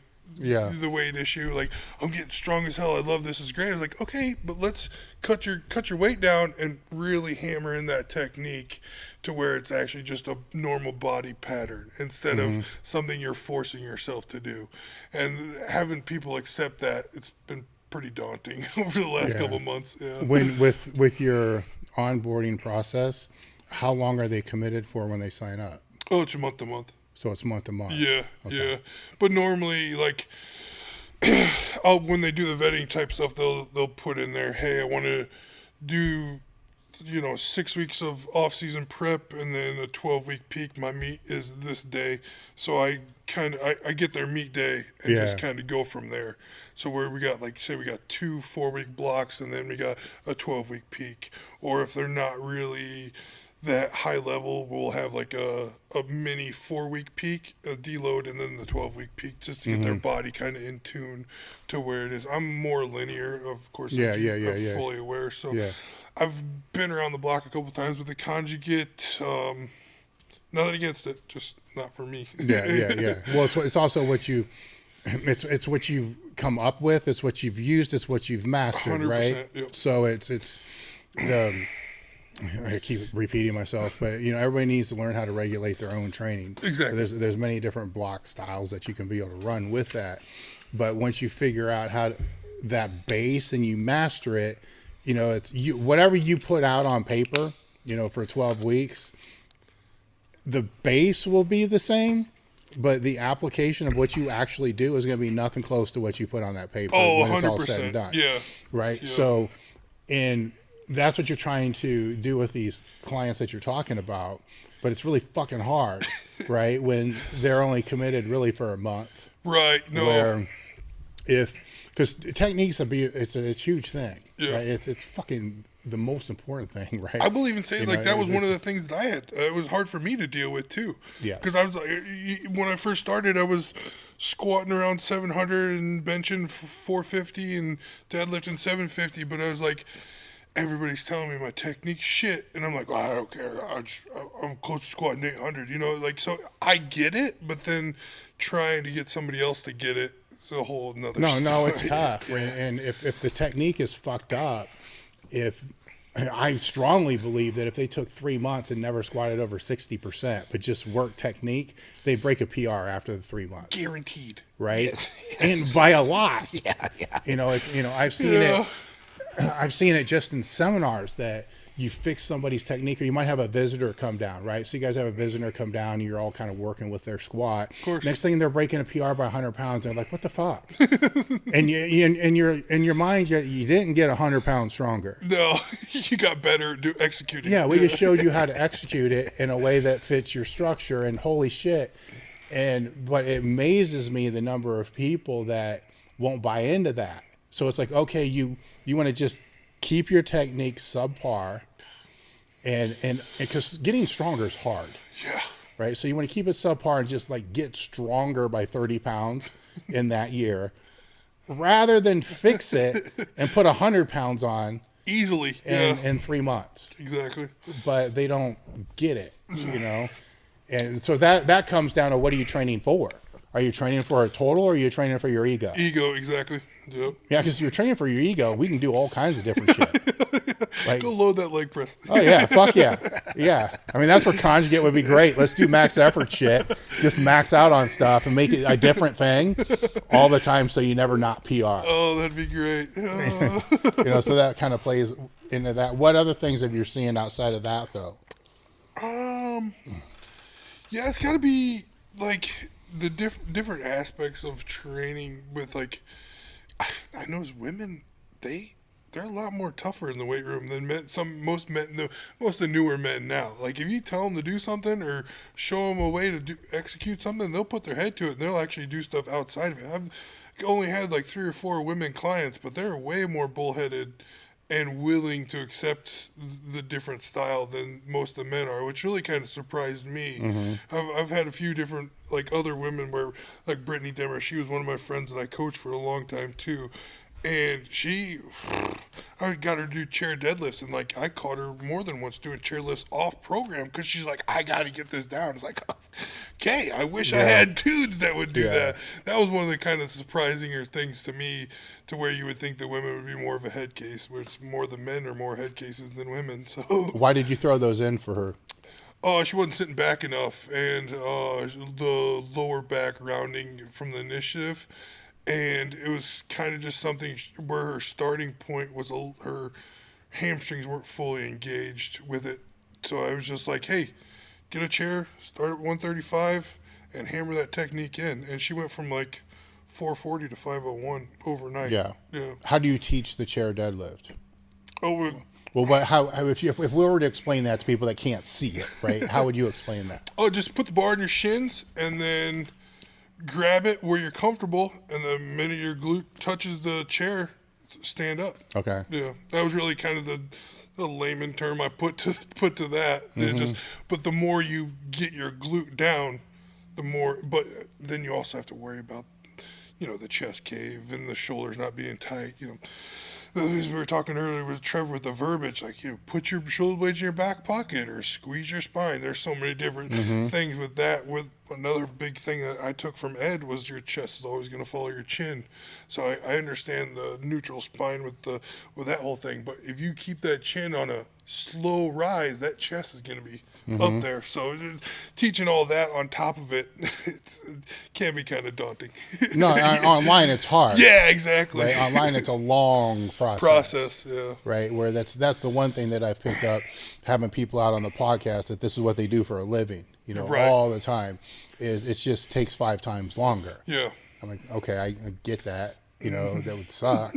But, I mean, what are you going to do? You're restricted by what it is. Yeah, exactly. And that was one of the good things that I got with David and Brittany. Like, I trained with them for a little while prior to just coaching them online before I moved and whatnot. So I did get the hands-on look at it, too. And then, like, for their meets, I'll usually go just because they're good friends and they're competing somewhere, like in Iowa. Yeah. I can go sleep on my best friend's couch. Stuff like that. Yeah. So that's another thing now with my online clients that might be a little bit more deterring. The guy, Jeff, I got now, he's talking about, having me come out for the meet and whatnot, because the meet he just did before, I was literally on my phone, like waiting for the video, just trying to get an idea where we should go for the next attempt. It's just difficult with trying to do all that online. Oh, I bet. At a meet, I can watch it first in real time and be like, hey, you got 5 kilos. Hey, you got 10 kilos. It's a lot easier that way. So, takes the time and almost the fun out of it. Yeah, when with your own training, if it's not going where it needs to go, who do you call, or is that being worked out with the guys that you train with? Little of both, but if I'm in a bad spot, I'll shoot the video to Ed. Yeah. He's always my first go-to. Ed's been a great friend over the years, and he's really helped me a ton. Yeah. Yeah, and that's, I mean, if not him, or if he says something, you know, I can go to Trevor too. Trevor's helped me out quite a bit. That's a great guy to have in your back pocket. I've been blessed with a lot of people that were willing to help. When did you first meet Ed? Well, he was friends with Jay and Boss. They were my sponsor. They were my main sponsor for a long time until COVID kind of kicked them in the dick, and that's when I went to Live Large.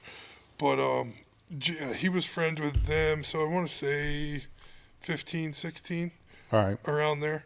Yeah, and he knew of me, and he always said, hey, you're going to be the best in the world. Yeah. I was like, well, at least somebody believes in me. Yeah. Yeah, and then he actually fixed my squat, got me to open up a lot more, really bounce into my hamstring and calves.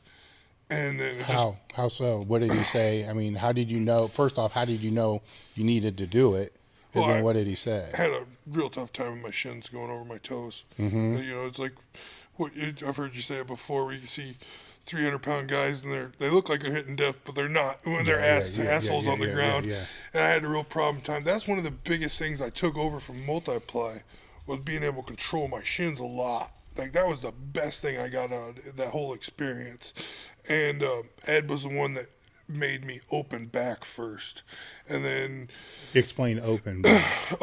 hips break, knees still in line with toes, and then mid hip is where my knees open harder and travel forward.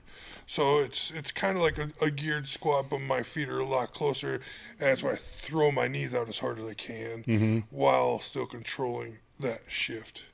That's where Ed held me accountable, and then I remember 705. I would, every chance I got, I would squat 705 and just hammer that open the asshole, sit back, and then clearly it paid off. Yeah. Yeah, that would be the number that I would just sit at. And I did it for like 4 or 5 months, just dead nuts, just every chance I got. 705 as many times as I can to make it perfect. That's what I did.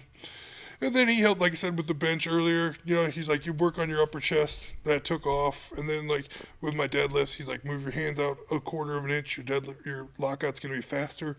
Not saying that helped, as we talked earlier. Yeah. It needed it faster, but yeah, just those little things I can always count on. If I feel like something's off, shoot him a video. How do you work on the mobility to be able to get to the deadlift, to get to the bar? Because that cannot be easy.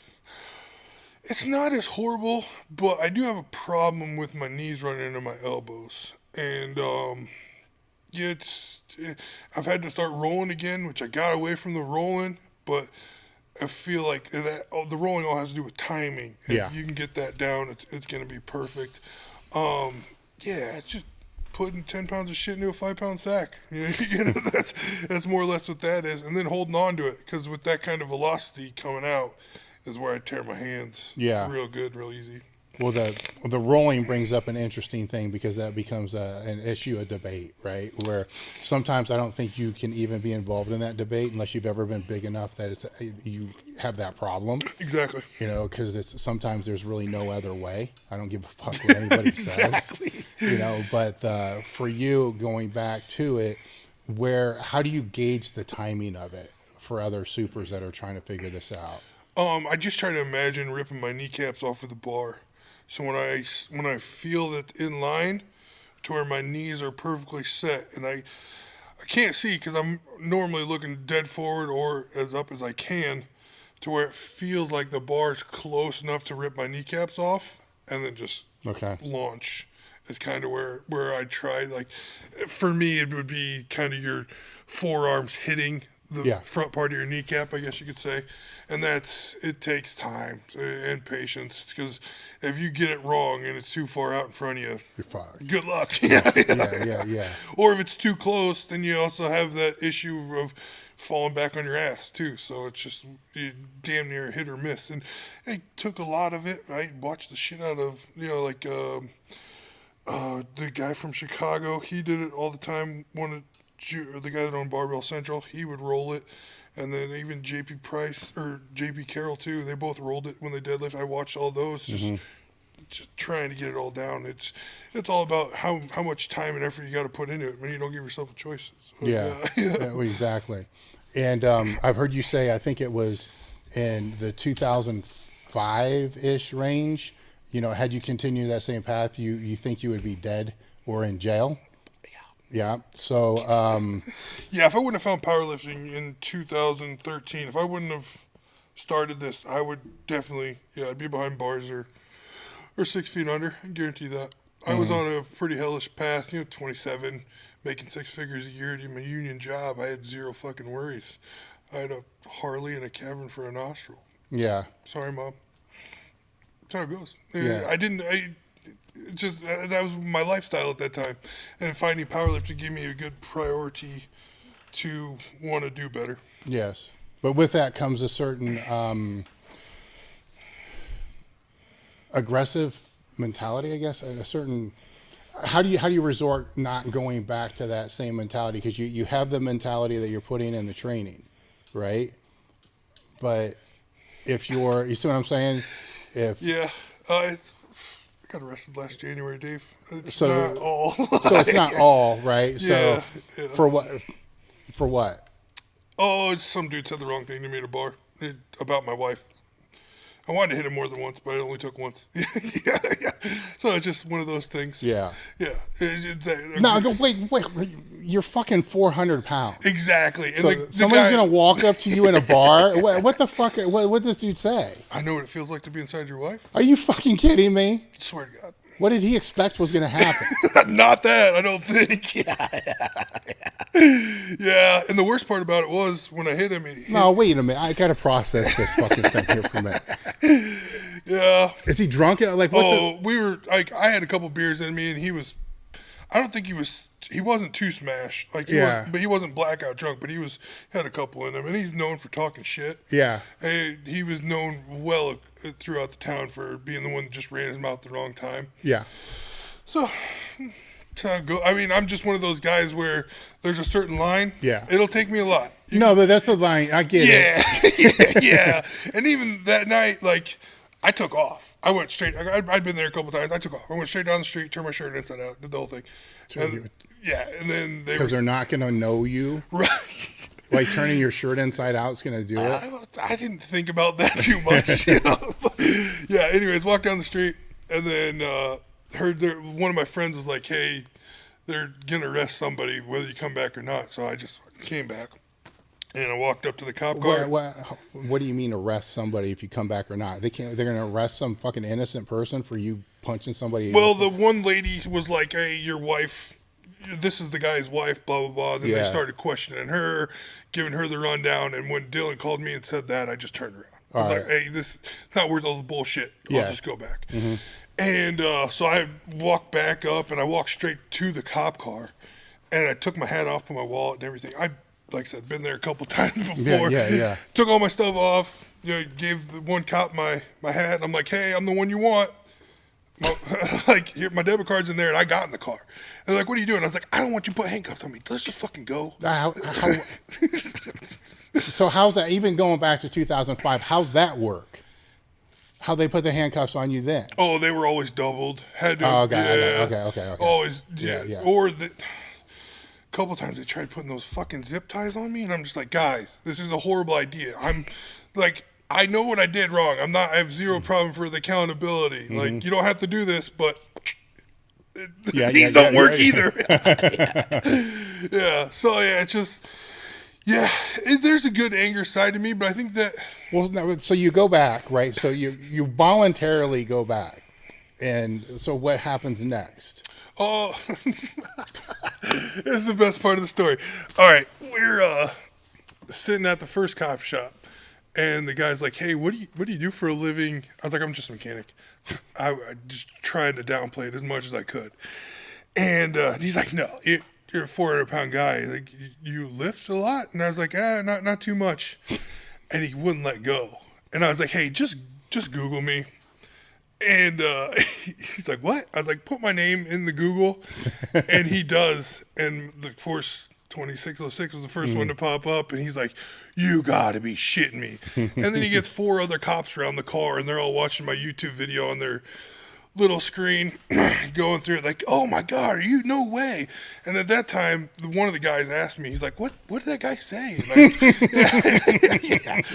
I told him, and he's like, wow, man, I would hit him too. So it was pretty comical. But then he had the screen up, and we're going out to county. And as we're going, the screen was still up from my YouTube video. It wasn't playing, but it was still up. And I think he looked over, and all of a sudden he smoked 3 deer. Yes, in the cop car. It was a little Impala. I wasn't pissed. I was in the back of it anyways. He gets out, madder than hell. I'm in the car screaming. I'm like, hey, I'm a mechanic. Like, let me look at your car. And he was like hesitant. So he let me out, got me out. I was like, if you just take this off, I can look at your car and see if it's all right to drive. Yeah. And I was like, you aren't leaking anything. It looks like it's all right.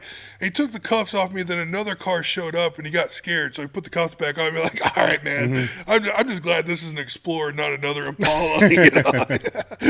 We got out to county, and it was just one thing after another. They ended up throwing me in the tank because the one cop came up to me, and he's like, I need to take your socks off.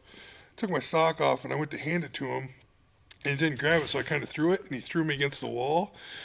And as I pushed against the wall, he went flying across the room, and they're like, you gotta go, you're locked up. And I was like, oh, here we go, another 20 minutes. I was like my mother-in-law already had me paid to, my wife and mother-in-law had me already paid to get out before I was even booked. Yeah. It was one of those shit shows, which neither here nor there at all. I did 8 hours of 8-hour anger management class. And how'd that work? I guess you have to say it works great, right? Yeah. So I went the kid was following me on Instagram. That was another one of the worst parts about it. Well, the first worst part was I actually asked my wife if she had sex with the dude, and she's like, "No, of course not." That was hard for me. Yeah. And then my wife, she's like, "I can't believe you even asked." I was like, "Well, I didn't know." Shit. It could have been before you knew it. Exactly. Yeah. Whatever. And I know whatever. Yeah. So I found out the kid's name. Blah blah blah. Look him up on Instagram. He's actually following me, and I was like, "Oh shit." So he's following you before all this. Yeah, before it all. So he had to have known, who I was and whatever. Yeah. So I messaged him, and I was like, "Hey, no matter what you said, I'm sorry. We're in town, paid him $2,500, got it all dismissed. I did 8 hours of anger management class, and it was completely dropped because I had no priors." Yeah. I'm like, perfect. So you saved $2,500 bucks. Exactly. Kid works for the city water department, and 2 weeks after I saw him on the corner of my block working on a water pipe, and I just stopped. I was on the bike, and I just stopped. I looked at him, and he looked at me and waved, and then put his head down and went back to work. I was like, all right, I think this probably did you a favor. I don't think you're going to be running your mouth anymore to anybody at the No, bar. I would not think so. Right? So that's January. So I assume there wasn't another one in February or April, because this is some funny shit, by the way. I mean, it's probably not funny at the time. I get that. Because I thought I had that was right before the ghost clash, and I thought I had a fucking boxer's fracture in my wrist. I couldn't bench over 485. It was just shooting pains down my arm. So I dropped out of the meet, and then 3 weeks prior to the meet, I was just deadlift training just to be deadlift, and I pulled 715 for 5, and I'm like, shit, Alex, let me get in the meet.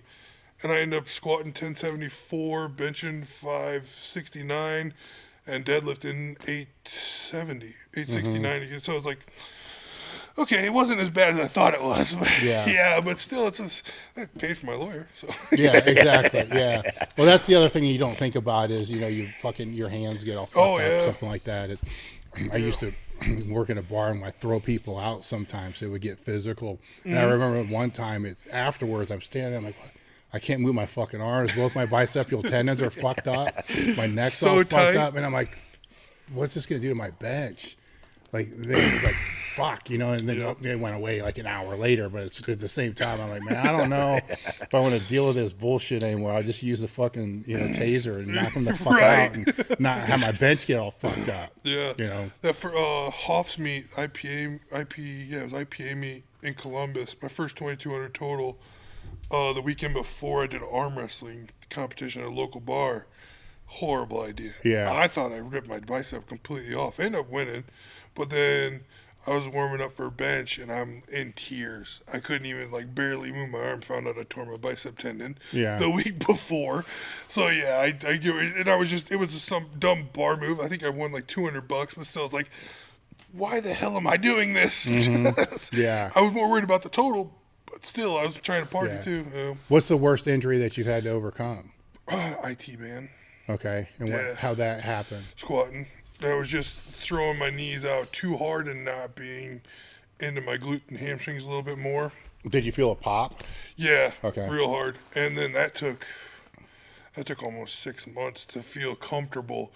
It was more mental. I was just scared. Yeah. Because I would always feel like it was tighter, but then just hitting the hole, I was always scared to kind of let loose in the bottom and spring up. It was just more mental, I guess you could say. So what's the first week after? So you tear it, then what's the next week look like? Oh, blood work. That was all. I was doing anything, and I glute bridges, just anything I can to just try to force as much blood in there as I could. Yeah. When did you start trying to squat? It Just was body weight or box? 4 weeks. 4 weeks? Yeah, 4 weeks. I gave that enough time off, and then after the MRI, we saw that it was tore, and I was just like, I'm done. I'm fucked. It was a tough mental battle there. But then it was 4 weeks. I was like, you know what? I'm going to fucking do it one way or another. And I think I hit like 315. I was like, that's enough. That's all I needed. Just move on. Next week, I'll do 405. Yeah. And I think I moved up even slower than that. It was like 315, 355. I just kept slowly trying to progress. I had a couple setbacks where I was like, this hurts too much. I won't do it. Yeah, that's kind of one thing that I've always kind of been pretty good with the auto regulation. So where if something's not right, I'm not gonna push it too far or too hard. Something feels off muscle wise, or I can tell where I'm just like kind of being a pussy or something's too tight. I can know the difference there. But if something's like not feeling perfect, I try not to press it too much to where shut it down and go like hit like the leg press or something else to stimulate that same muscle group. That's something I've always been kind of decent with. How long did it take until it wasn't even a thought? Ooh, yeah, it was a good 5 years. It took just running through one brick wall after another to where it's like, this is getting you nowhere. Let's try to work around it. Yeah. Well, I think that's important, and I respect your honesty on that, because when something pops like that, it's a big thing. People can come back and they can compete earlier, but there's still that little mind fuck. Yeah. And a lot of times it's at the start of it, and you're like, fuck, and then it's just like, fuck it, and you just go. Yeah. But there becomes a time where that no longer exists. Yep. And that's a long time. Oh, yeah, big time. It's always a thought. Even now. Yeah. There isn't a time I get under the bar. It's like, this could go wrong, but can't think that way. Let's fucking hit it. Yeah. But not the IT band. Right. Oh, right. Yeah. You see what I'm saying? Yeah, that, so people will see that, because they'll ask about how do you come back from injuries. Well, there's the physical part, but if it's something that you got hurt doing the lift, and then there's a pop, it's that mental part's probably 3 times as long. Worse, yeah. Right? But it doesn't mean you can't do it. It's just there. Yeah, exactly. And you got to deal with it. 100%. Right? Where I think that actually, in a fucked up way, it helps your training overall, because you're forced to have to negotiate. Of course. Right? So you are, though, but before each lift, it's like, is this worth it? Is this necessary? Yeah. All right. Then when you pick it, you're like, just for that split second, like, fuck. Then you got to decide. Either it's go time or it's not. Do we go or we don't. But before that, there isn't that. Yep. It's just fucking go. Right? But sometimes you go when you shouldn't. Sometimes you need to wait, especially for you. That bar's got to settle. Oh. So sometimes you got to wait a little longer. Yeah. So maybe that taught you how to wait longer. Yeah, I believe so. That, and then the Texas bar, that was real. The Cage 2016, 800 planted me on my ass, and it was Chad and Brandon. No, it was 15. Yeah, Chad, Wesley Smith, and Brandon. They were like, "Calm down." and I was nervous as shit. You know, it's like first couple years into powerlifting, and the cage was totally a bucket list. I got asked the night before because a couple flights got delayed. I was so fucking ecstatic, but then I got in there and rushed it. And it's just, Brand's like, pull that bar into you, relax, slow down. And then Casey Williams, he would always like say to his, like, put it on a story or whatever about his like lifters or clients or whatever, be like, watch how he does it. This is perfect. He slows down, waits for the bar to settle. I'm like, now it's at that point where I don't even know I'm doing that, but I'm glad I can portray that. No, it's huge though. It's a big thing, especially with some of the bars are better, you know, but heavier weights, man, it's don't matter. You know, fuck. You know, when Blaine was talking, he was on about it oscillating. I'm like, fuck, I never thought about it, but with a, you know, fucking regular those power bar, it's gonna bars. Fucking oscillate. No, you know, thanks. Fuck that. Yeah, you know, it's couldn't imagine with a 45-pound bar. I have a hard enough time with a 55, and I'll train with a Mastodon or the Sportscraft as much as I can because our gym's got them. But if I know the meet's only using a Texas bar, then I'll just stick with it. And I've had a couple guys like, oh, we can use this bar, it's bigger, and I'm just like, yeah, but this is what the meat's doing, so let's. For you, it's got to be a big difference, though, right? Yeah. Oh, big time. Like, when the first time was Big Dogs 2017 was when they were the Sportscraft bar, and Eric had told me about it before. That thing has zero give. That thing is pretty vicious to squat on. And at that time I was training in Kewanee in Illinois, and we just had a regular Texas bar. I didn't have any choice. There's a couple times where I went up to Barbell Central and like checked out their bar and like got to work with it a little bit, but I didn't get any time under it. But now it's just like you gotta kind of find out what the meat's using and stick with that, because if you don't, that whip can crush you. I've got it so decent.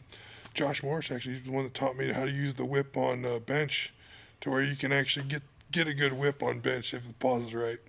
How so? On your, like, when you break your elbows and you're right about here, and of course I'm not a big sinker, and I know a lot of guys that are, but if you kind of let loose in the bottom, and they'll cause the pause when it stops, that weight will be on the upswing.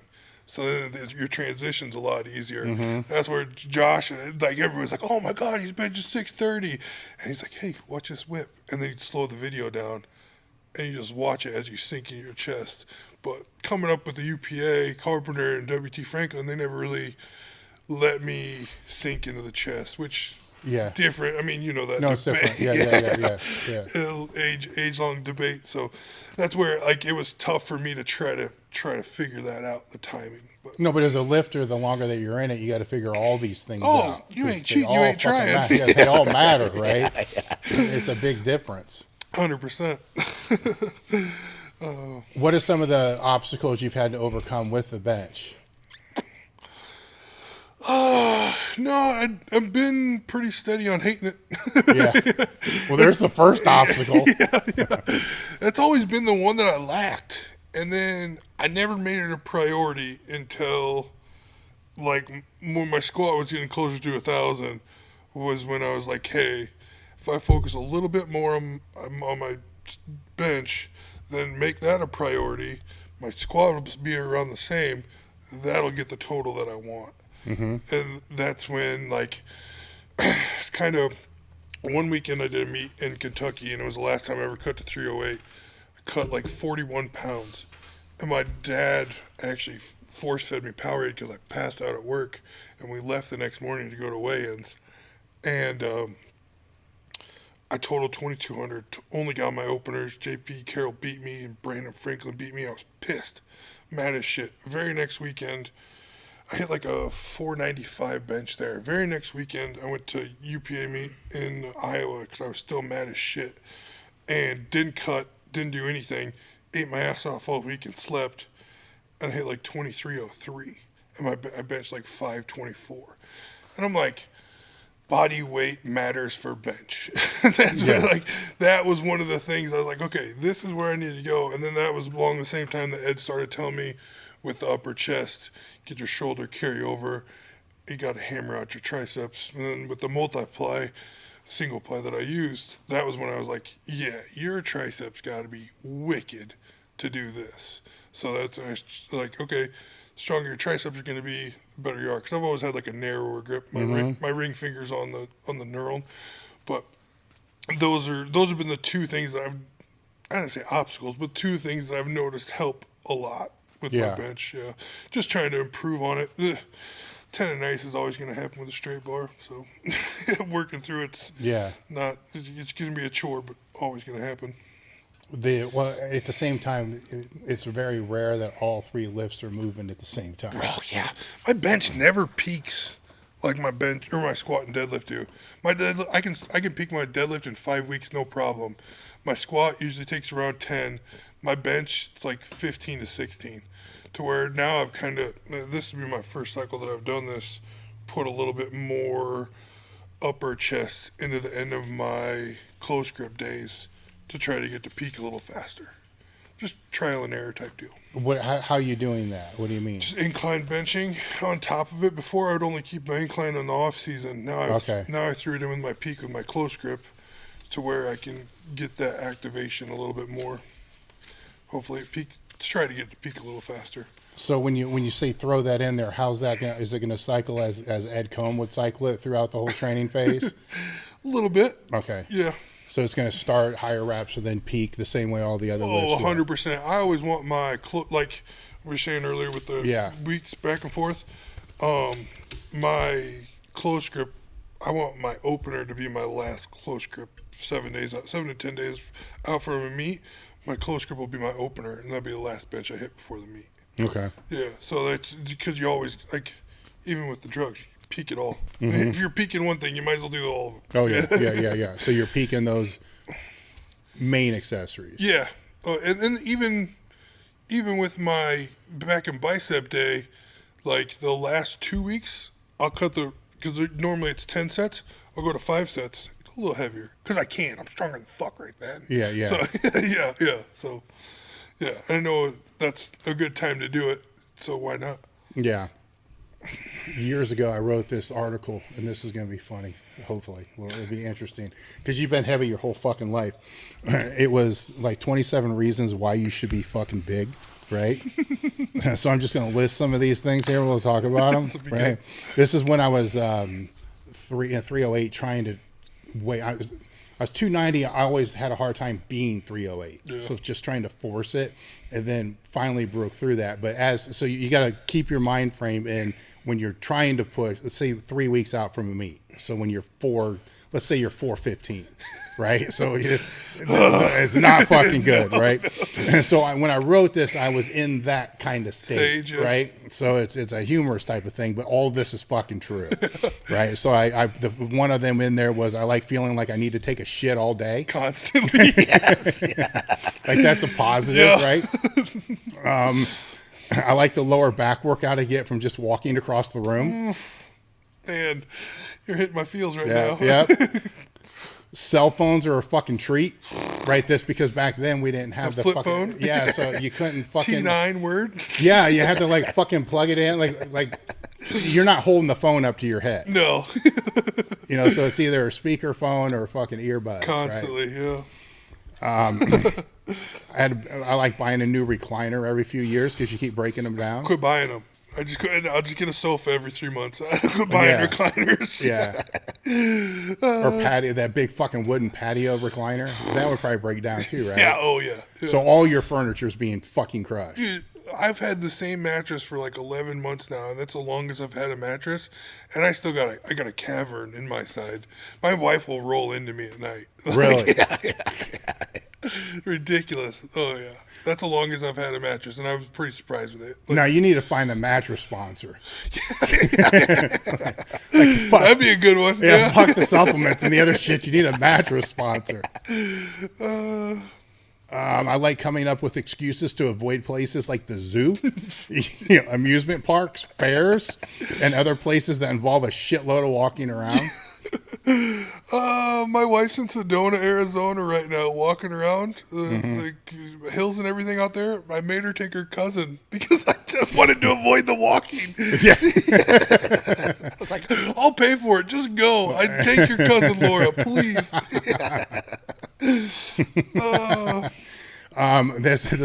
This happened a lot. I would leave work and then get in my car, then realize I fucking forgot something, and then sit there mad, Pissed. as fuck, for 20 minutes because I'd have to turn around and back walk in there. back, right?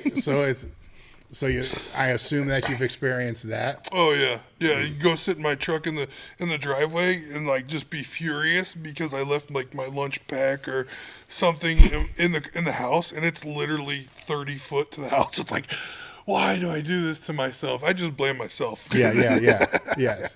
Now, will you call your wife to bring it out? Yeah. Oh, that'd be golden. Hey, babe.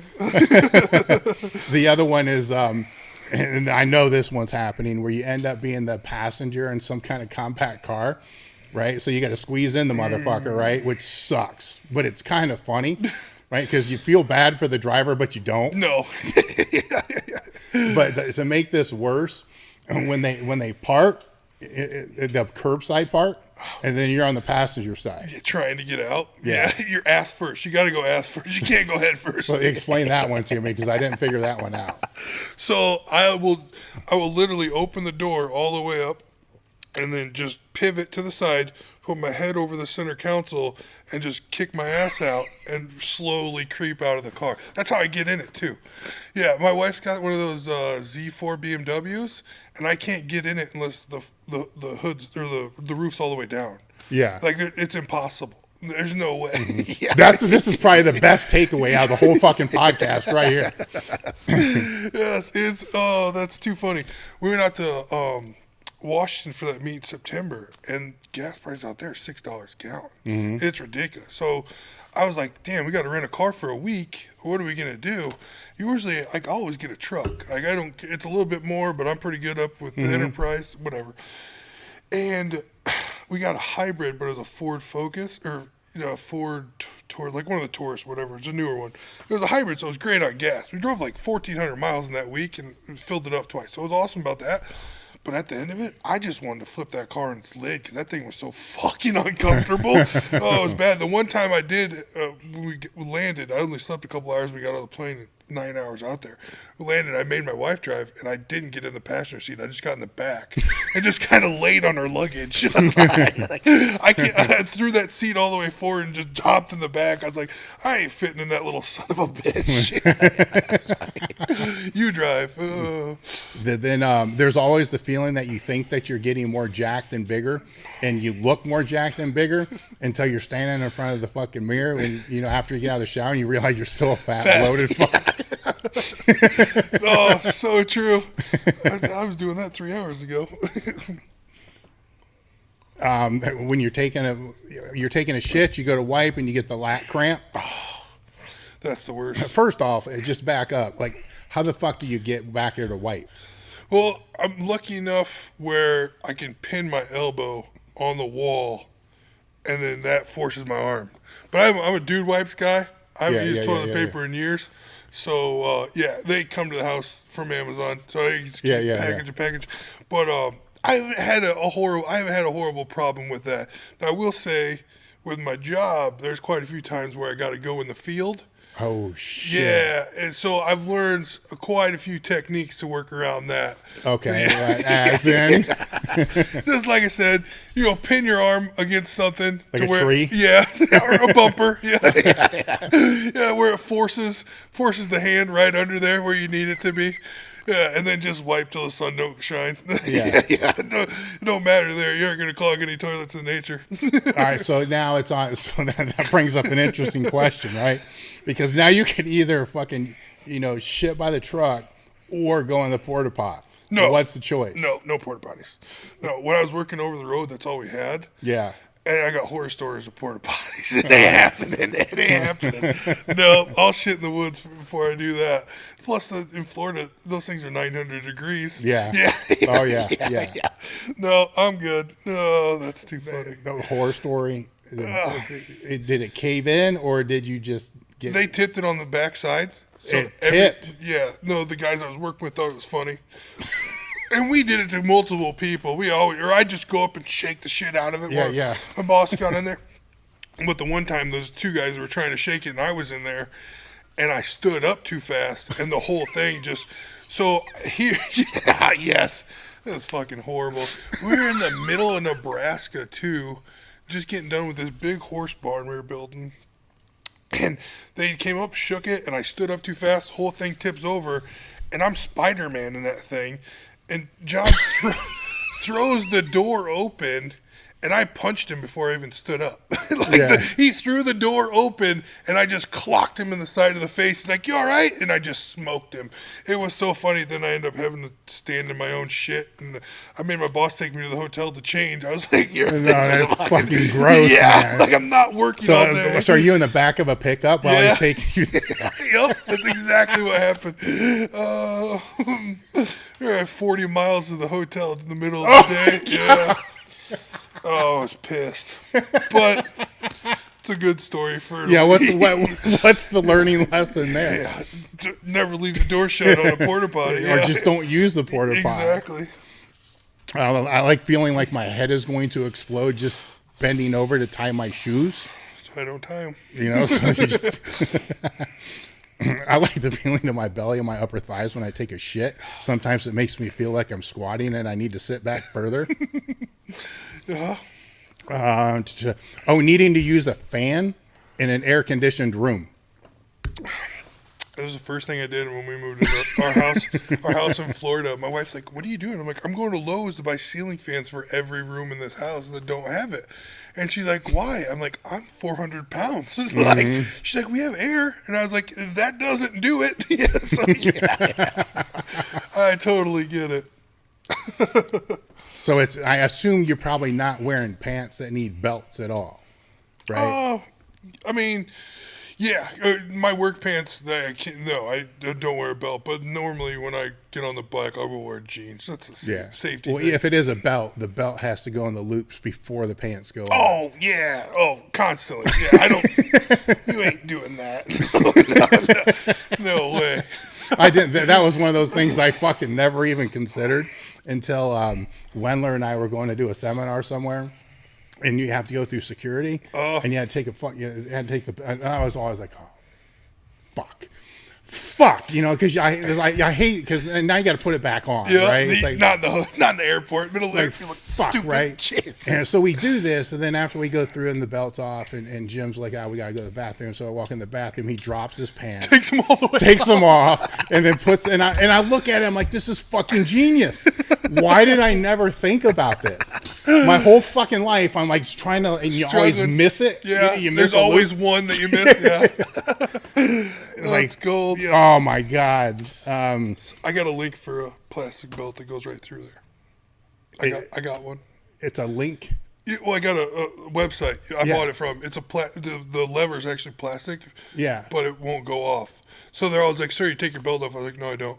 And I walk through, and they don't. Oh, okay.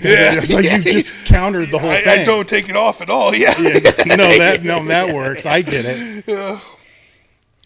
Waking up in the middle of the night with your hands numb, right? But then it's like, fuck it. It's just my reminder that I need to eat more food. The end of that's great. Yeah. This one's even funnier now after hearing your January story. Always being asked, "Do you lift weights?" Right? And then it'd be like, "No, man, I just bale hay and all this kind of shit." Right?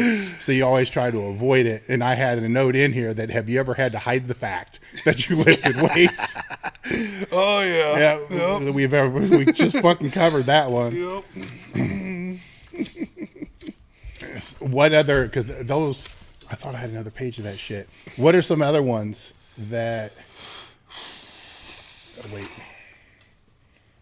Well, this is a good one because I'm sure you found yourself in this situation with every now and again you're going to have to sit in a business meeting, right, of some sort, and you have to try to counter the fact that they're going to look at you like you're a fucking meathead, right? Yeah, yes and no. With my company, I've been blessed enough to where they actually featured it. They made it a popular thing. Yeah. So I mean, we kind of took the hindsight of it, but before anybody knew. And then we had to go through those meetings.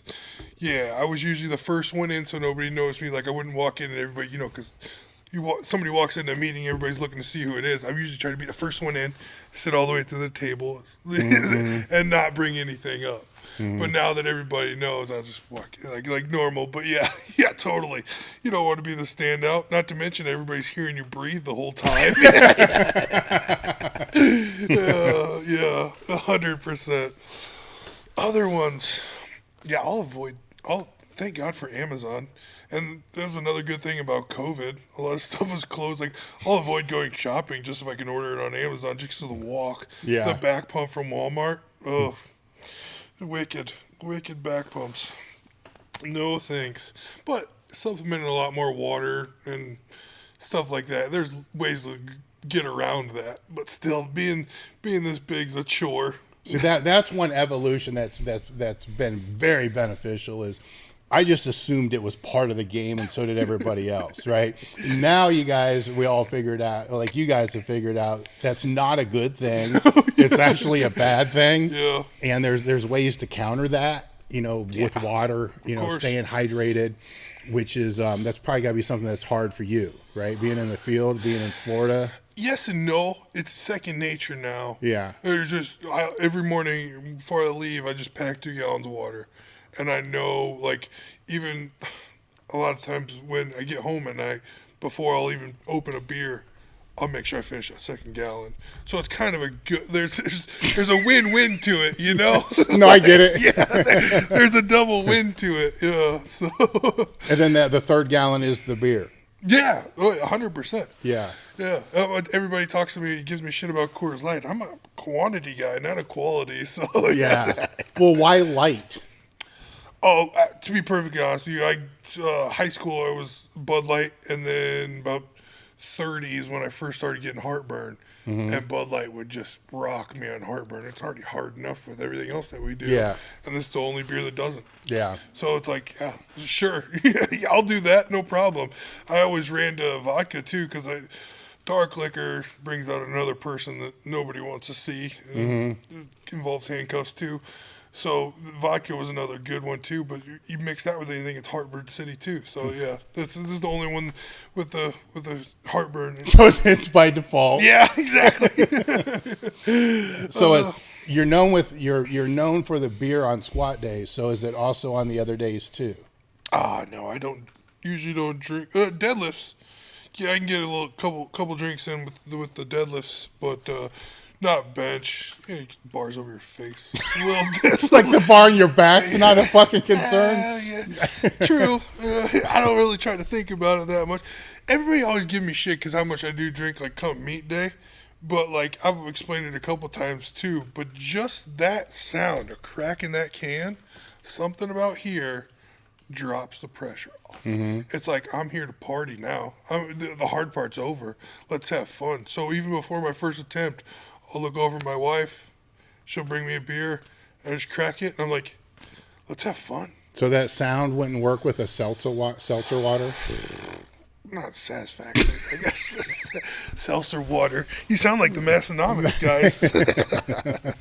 Seltzer water. Get out of here, Dave. So do you because you earlier you said everything peaks. So do you peak the beer consumption for the meat? Contrary to what the internet's popular belief, I drink quite a bit, but not repetitively. I'm like kind of like Hook, to where it's you get your shit out of the way and then it's time to have a couple beers. But when I do, once that light switches on, I'm drinking to get drunk. I'm not drinking to be social. Yeah. So the case during the warm up of your squat is it's normal. Yeah, but it stays consistent. I don't try to go over the case because then who knows what's going to happen. Does that, just out of curiosity, I get why it's there, right? So actually you should probably explain a little bit, like why did it come into the training or into your training, into the meet, right? Because you kind of touched on it a little bit. It becomes, the work's over. Yeah. It's like it's fun time, it's party time. Elaborate on that because I think it's important. Yeah, I think it's just mental. It's like, now I'm here to enjoy my time with my friends. Now I'm here to put on a fucking show and show everybody what I just worked my ass off for the last 10 years, Yeah. But it's also meant to be fun. And that was kind of one of the bigger things that Ed instilled into me too, He's like, it's got to be fun. And we were over at Big Dogs in 2017, and before deadlifts, he walks over to me and he's like, you're going to deadlift great. Because, like, right before that, the MC guy was talking on stage, and they were all talking about my calves. And which it was funny to me, but I got up there and showed off. Like, I flexed my calves at everybody. It was a good joke. But then, like, Ed came over and, like, said, he's like, you're going to deadlift great. I was like, well, I plan on it. What's up? And he's like, it's because you're having fun. This needs to be fun. And I do try to kind of pass that on to other people too, but along with drinking, like, you know, the fun usually comes with that too. So it's kind of one of those things where it just falls in line. It's just like, hey, let's party. I'm here to have fun, but I'm also here to get shit done. Yeah. So you're not going to get hammered. No, of course not. Yeah. No. With the amount of Halo, I couldn't get hammered if I wanted to. Yes. That's a whole other discussion there. You know, so we already kind of talked about that, but because you already said that the orals are rough on you, so how long will you run those before a meet? So there's a kind of a little takeover from the Lillibridge factory. 9 days on, 9 days off, 28 days out. Keeps the water off you. Too super hard. But then, like, prior to those 28 days out, run them on heavy days. Like, Anadrol is a little easier. Halo, you got to kind of backload. I only know that by trial and error. It's not a one-day thing, kind of like Anadrol is. Yeah. So, yeah, 9 days on, 9 days off. But if I'm hurting, I'll cut them all the way out. I'm perfectly fine with it. And then I don't know if you know much about test no ester or suspension. That's over the last couple of years. That's really kind of kept me away from orals altogether.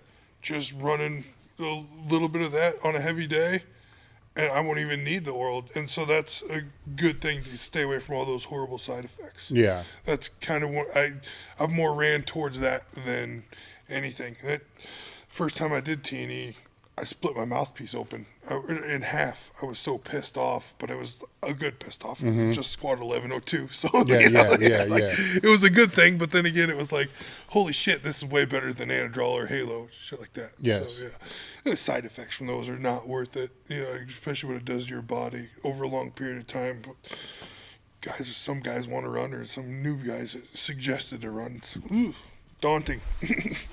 Have they ever hit you, the side effects, hard? With it made you think twice?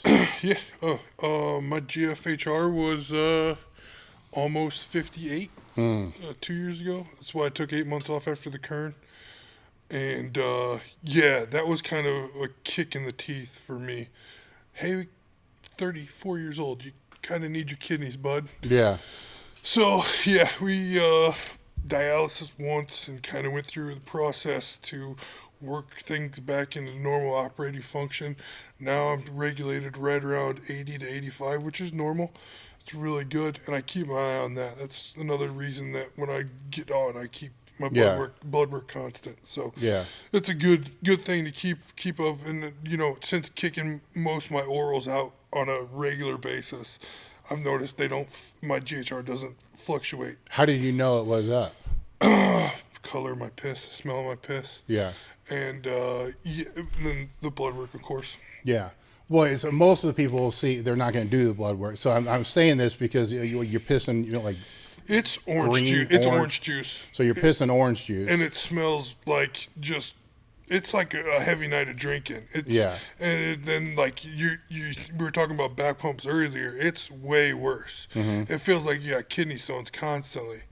And I went through kidney stones a couple years back too, and then I did it again, and I was like, hey, I think something's wrong. And that's even with my up my water intake, and that's when I was like, okay, my kidneys are not working like the way they should be. And then, not saying I'm young, not saying I haven't put them through the test, and like I know drinking doesn't help those things either, and I cut that back a lot more than I usually do. But then when I got things back in line, it came back into the story. So if they're paying attention to those things, and I think getting rid of the orals helped a lot. Yeah, well, the story matters because of those people that are listening that are driving that shit, through the roof, which is insane. Yeah.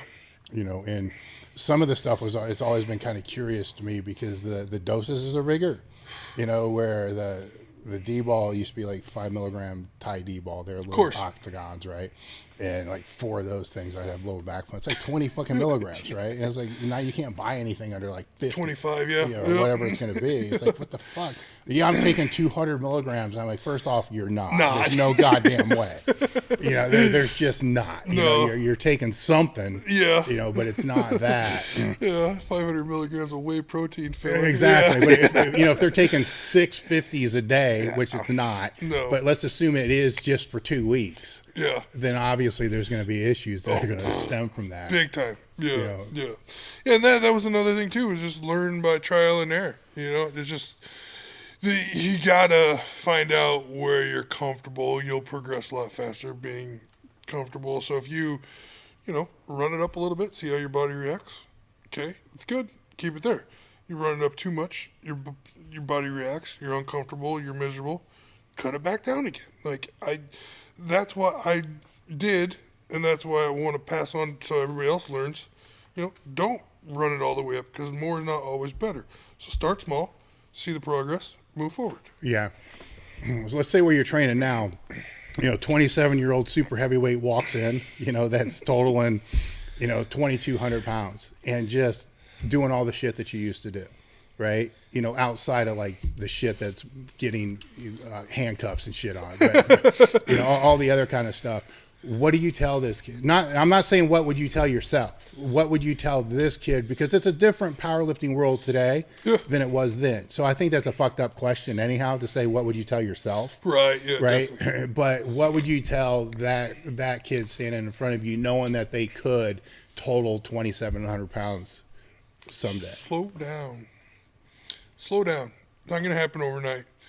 I did that, like the first 4 years, I did rush everything and wanted that instant gratification. And that's where I ran into the predicaments we just went over with. So if you slow down, trust the process, go a lot slower, you're going to get there not faster, but you're going to have the longevity at that higher level. And you'll be a lot healthier. Yeah. Yeah. Well, that's easier said than done. 1,000%. Right. Yeah. So how do you convince that person? Well, just proof's in the pudding. But you didn't do it. Right. Yes. Exactly. I didn't. So you don't have to. Yeah. That's the way, you'd like to see or be portrayed. Not saying they're going to, and everybody has their own choices. I'm not trying to be that contradictor, but it's just like, hey, if you do it this way, you'll last a lot longer at the top, or you'll get there and be more confident, more secure with it. So, slow down and keep it fun, because I took it too serious for a long time too. I will say, and the more time that Donnie and I went back and forth quite a bit on this, the more time I focused on things outside of powerlifting that mattered to my life in general, the better my powerlifting progressed. Because once the first 4 years, it was on the front runner. I kicked family, I kicked jobs, I kicked everything. I sent a letter of resignation one day to a job when I was coming back home from the meet, because I knew I couldn't make it to work.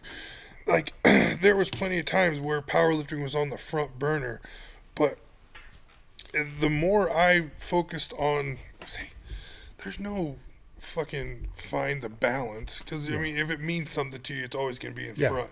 But the more you tried progressing on both aspects of life, whether it's business and powerlifting, if you progress both of those at the same time, you'll get a lot farther and faster, in my eyes. Well, there's 4 burners on the stove. Not mine. There's only 2. But you get my point, yeah, right? Yeah, exactly. So even a fucking campfire stove, there's 2, right?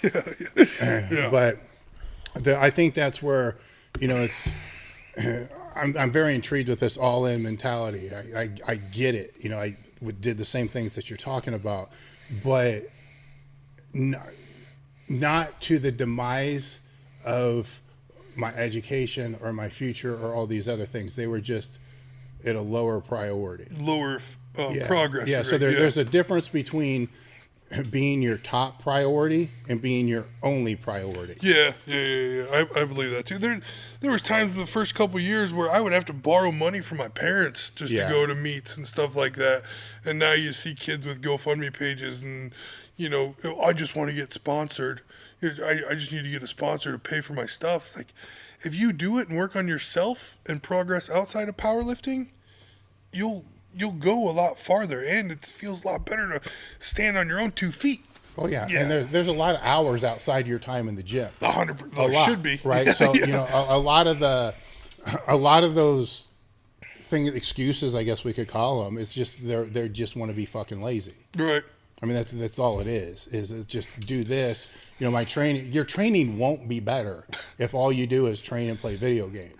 Oh yeah, exactly. Right? Because then you're going to have to start programming in walking, to keep your conditioning level up. Of course. And something to get your mind off of it, to keep your mental health in check. Because if all you do is dwell about it the whole time, your mental health's going to go fucking shit. Yeah. So aren't we kind of talking about maybe a job? Right. Yeah, exactly. Yeah, something you can get insurance from. Yeah. Exactly. Yeah. Yeah.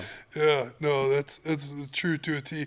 And like I said earlier, I took that one traveling job, so I got away from it. So 100% to keep my ass off the platform. So I didn't have time to peak and run into another brick wall. So yeah.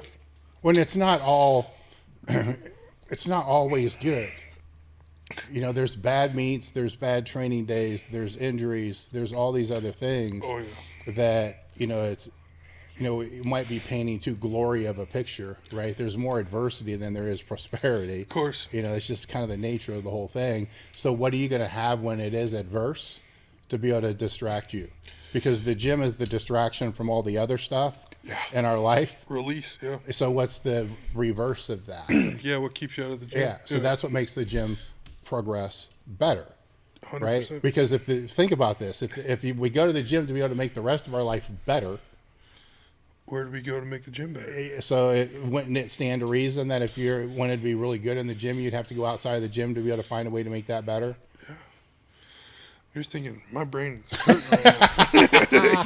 Got my wheels spinning too hard. No, that does make sense, though.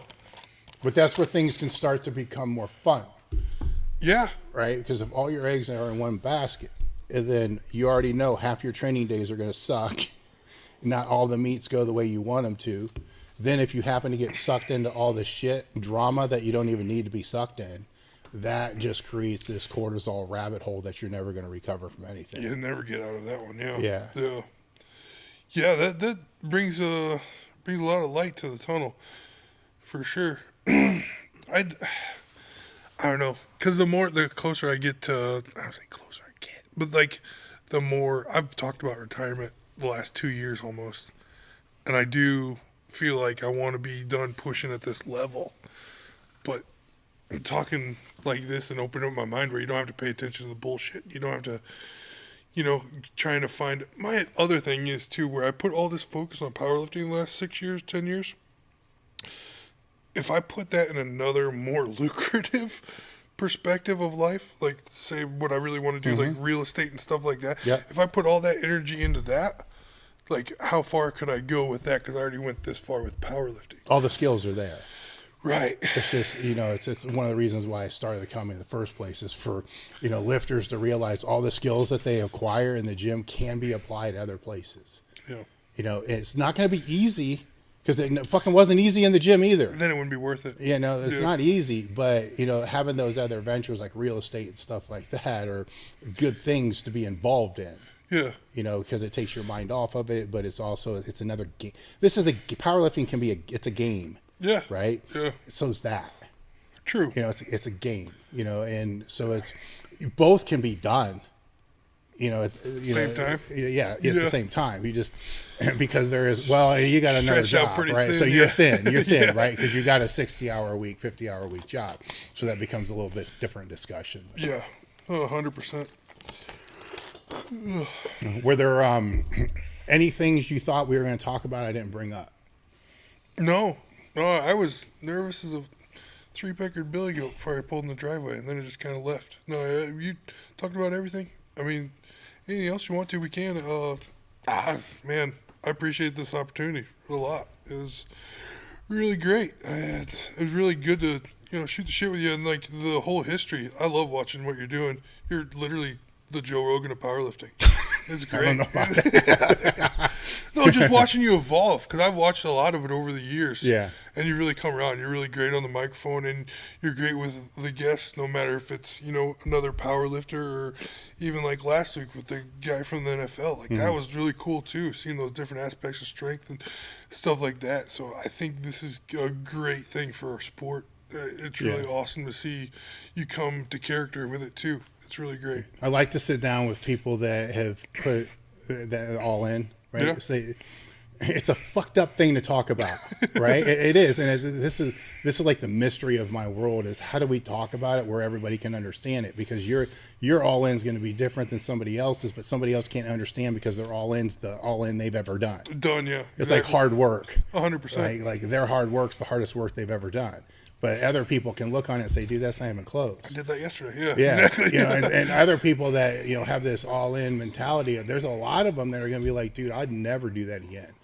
Like it was too much. How much did you learn from it though? Yeah. So exactly. So like, what is the right amount to be able to accomplish? I'm intrigued, right? Because I know what the wrong amount is. Of course. And I know what not enough is. Yeah. But I like other people to be able to hear the conversations, and also to be able to hear that there's more that goes into a lot of these things than people think. Oh yeah. And that, it's interesting that, a lot of the political side and the online stuff, it bothers you, right? Where it bothers other people and they get pissed about it. Well, it also bothers people at the top too. Yeah. Right. So having a conversation about don't let it bother you is just as relevant to you as it is to somebody coming into the sport, where we all share the same things. 100%. And it's awesome to be able to sit down with you guys, especially the ones that have been humbled, right? Because that's a different. I don't want to sit down with somebody that's still ego is through the fucking roof. Yeah, no, that's right. Because I don't even know what lessons to be learned from there are. Yeah, it's tough to talk to people like that. Yeah. For me, anyways. I mean, it's just the arrogance, I guess you can say. But then again, you also know in the back of your head it's coming. Oh, so, yeah. And part of me is like, how can they be better prepared for when it comes so it doesn't knock them out? Yeah, but was I prepared? Yeah. Yeah, you don't know, right? That's the journey, where to be able to sit down and talk about people's past and their journey and how they got to where it was, that is an intriguing thing that I love to be able to do. That's cool. And so I appreciate you coming out. How can people find you, follow you, whatever? Yeah, Instagram, dbell74. Yeah, that's kind of the only social media I keep, even though it's still irritating. But yeah, that's it. Oh, I got a YouTube channel, but I don't really post much.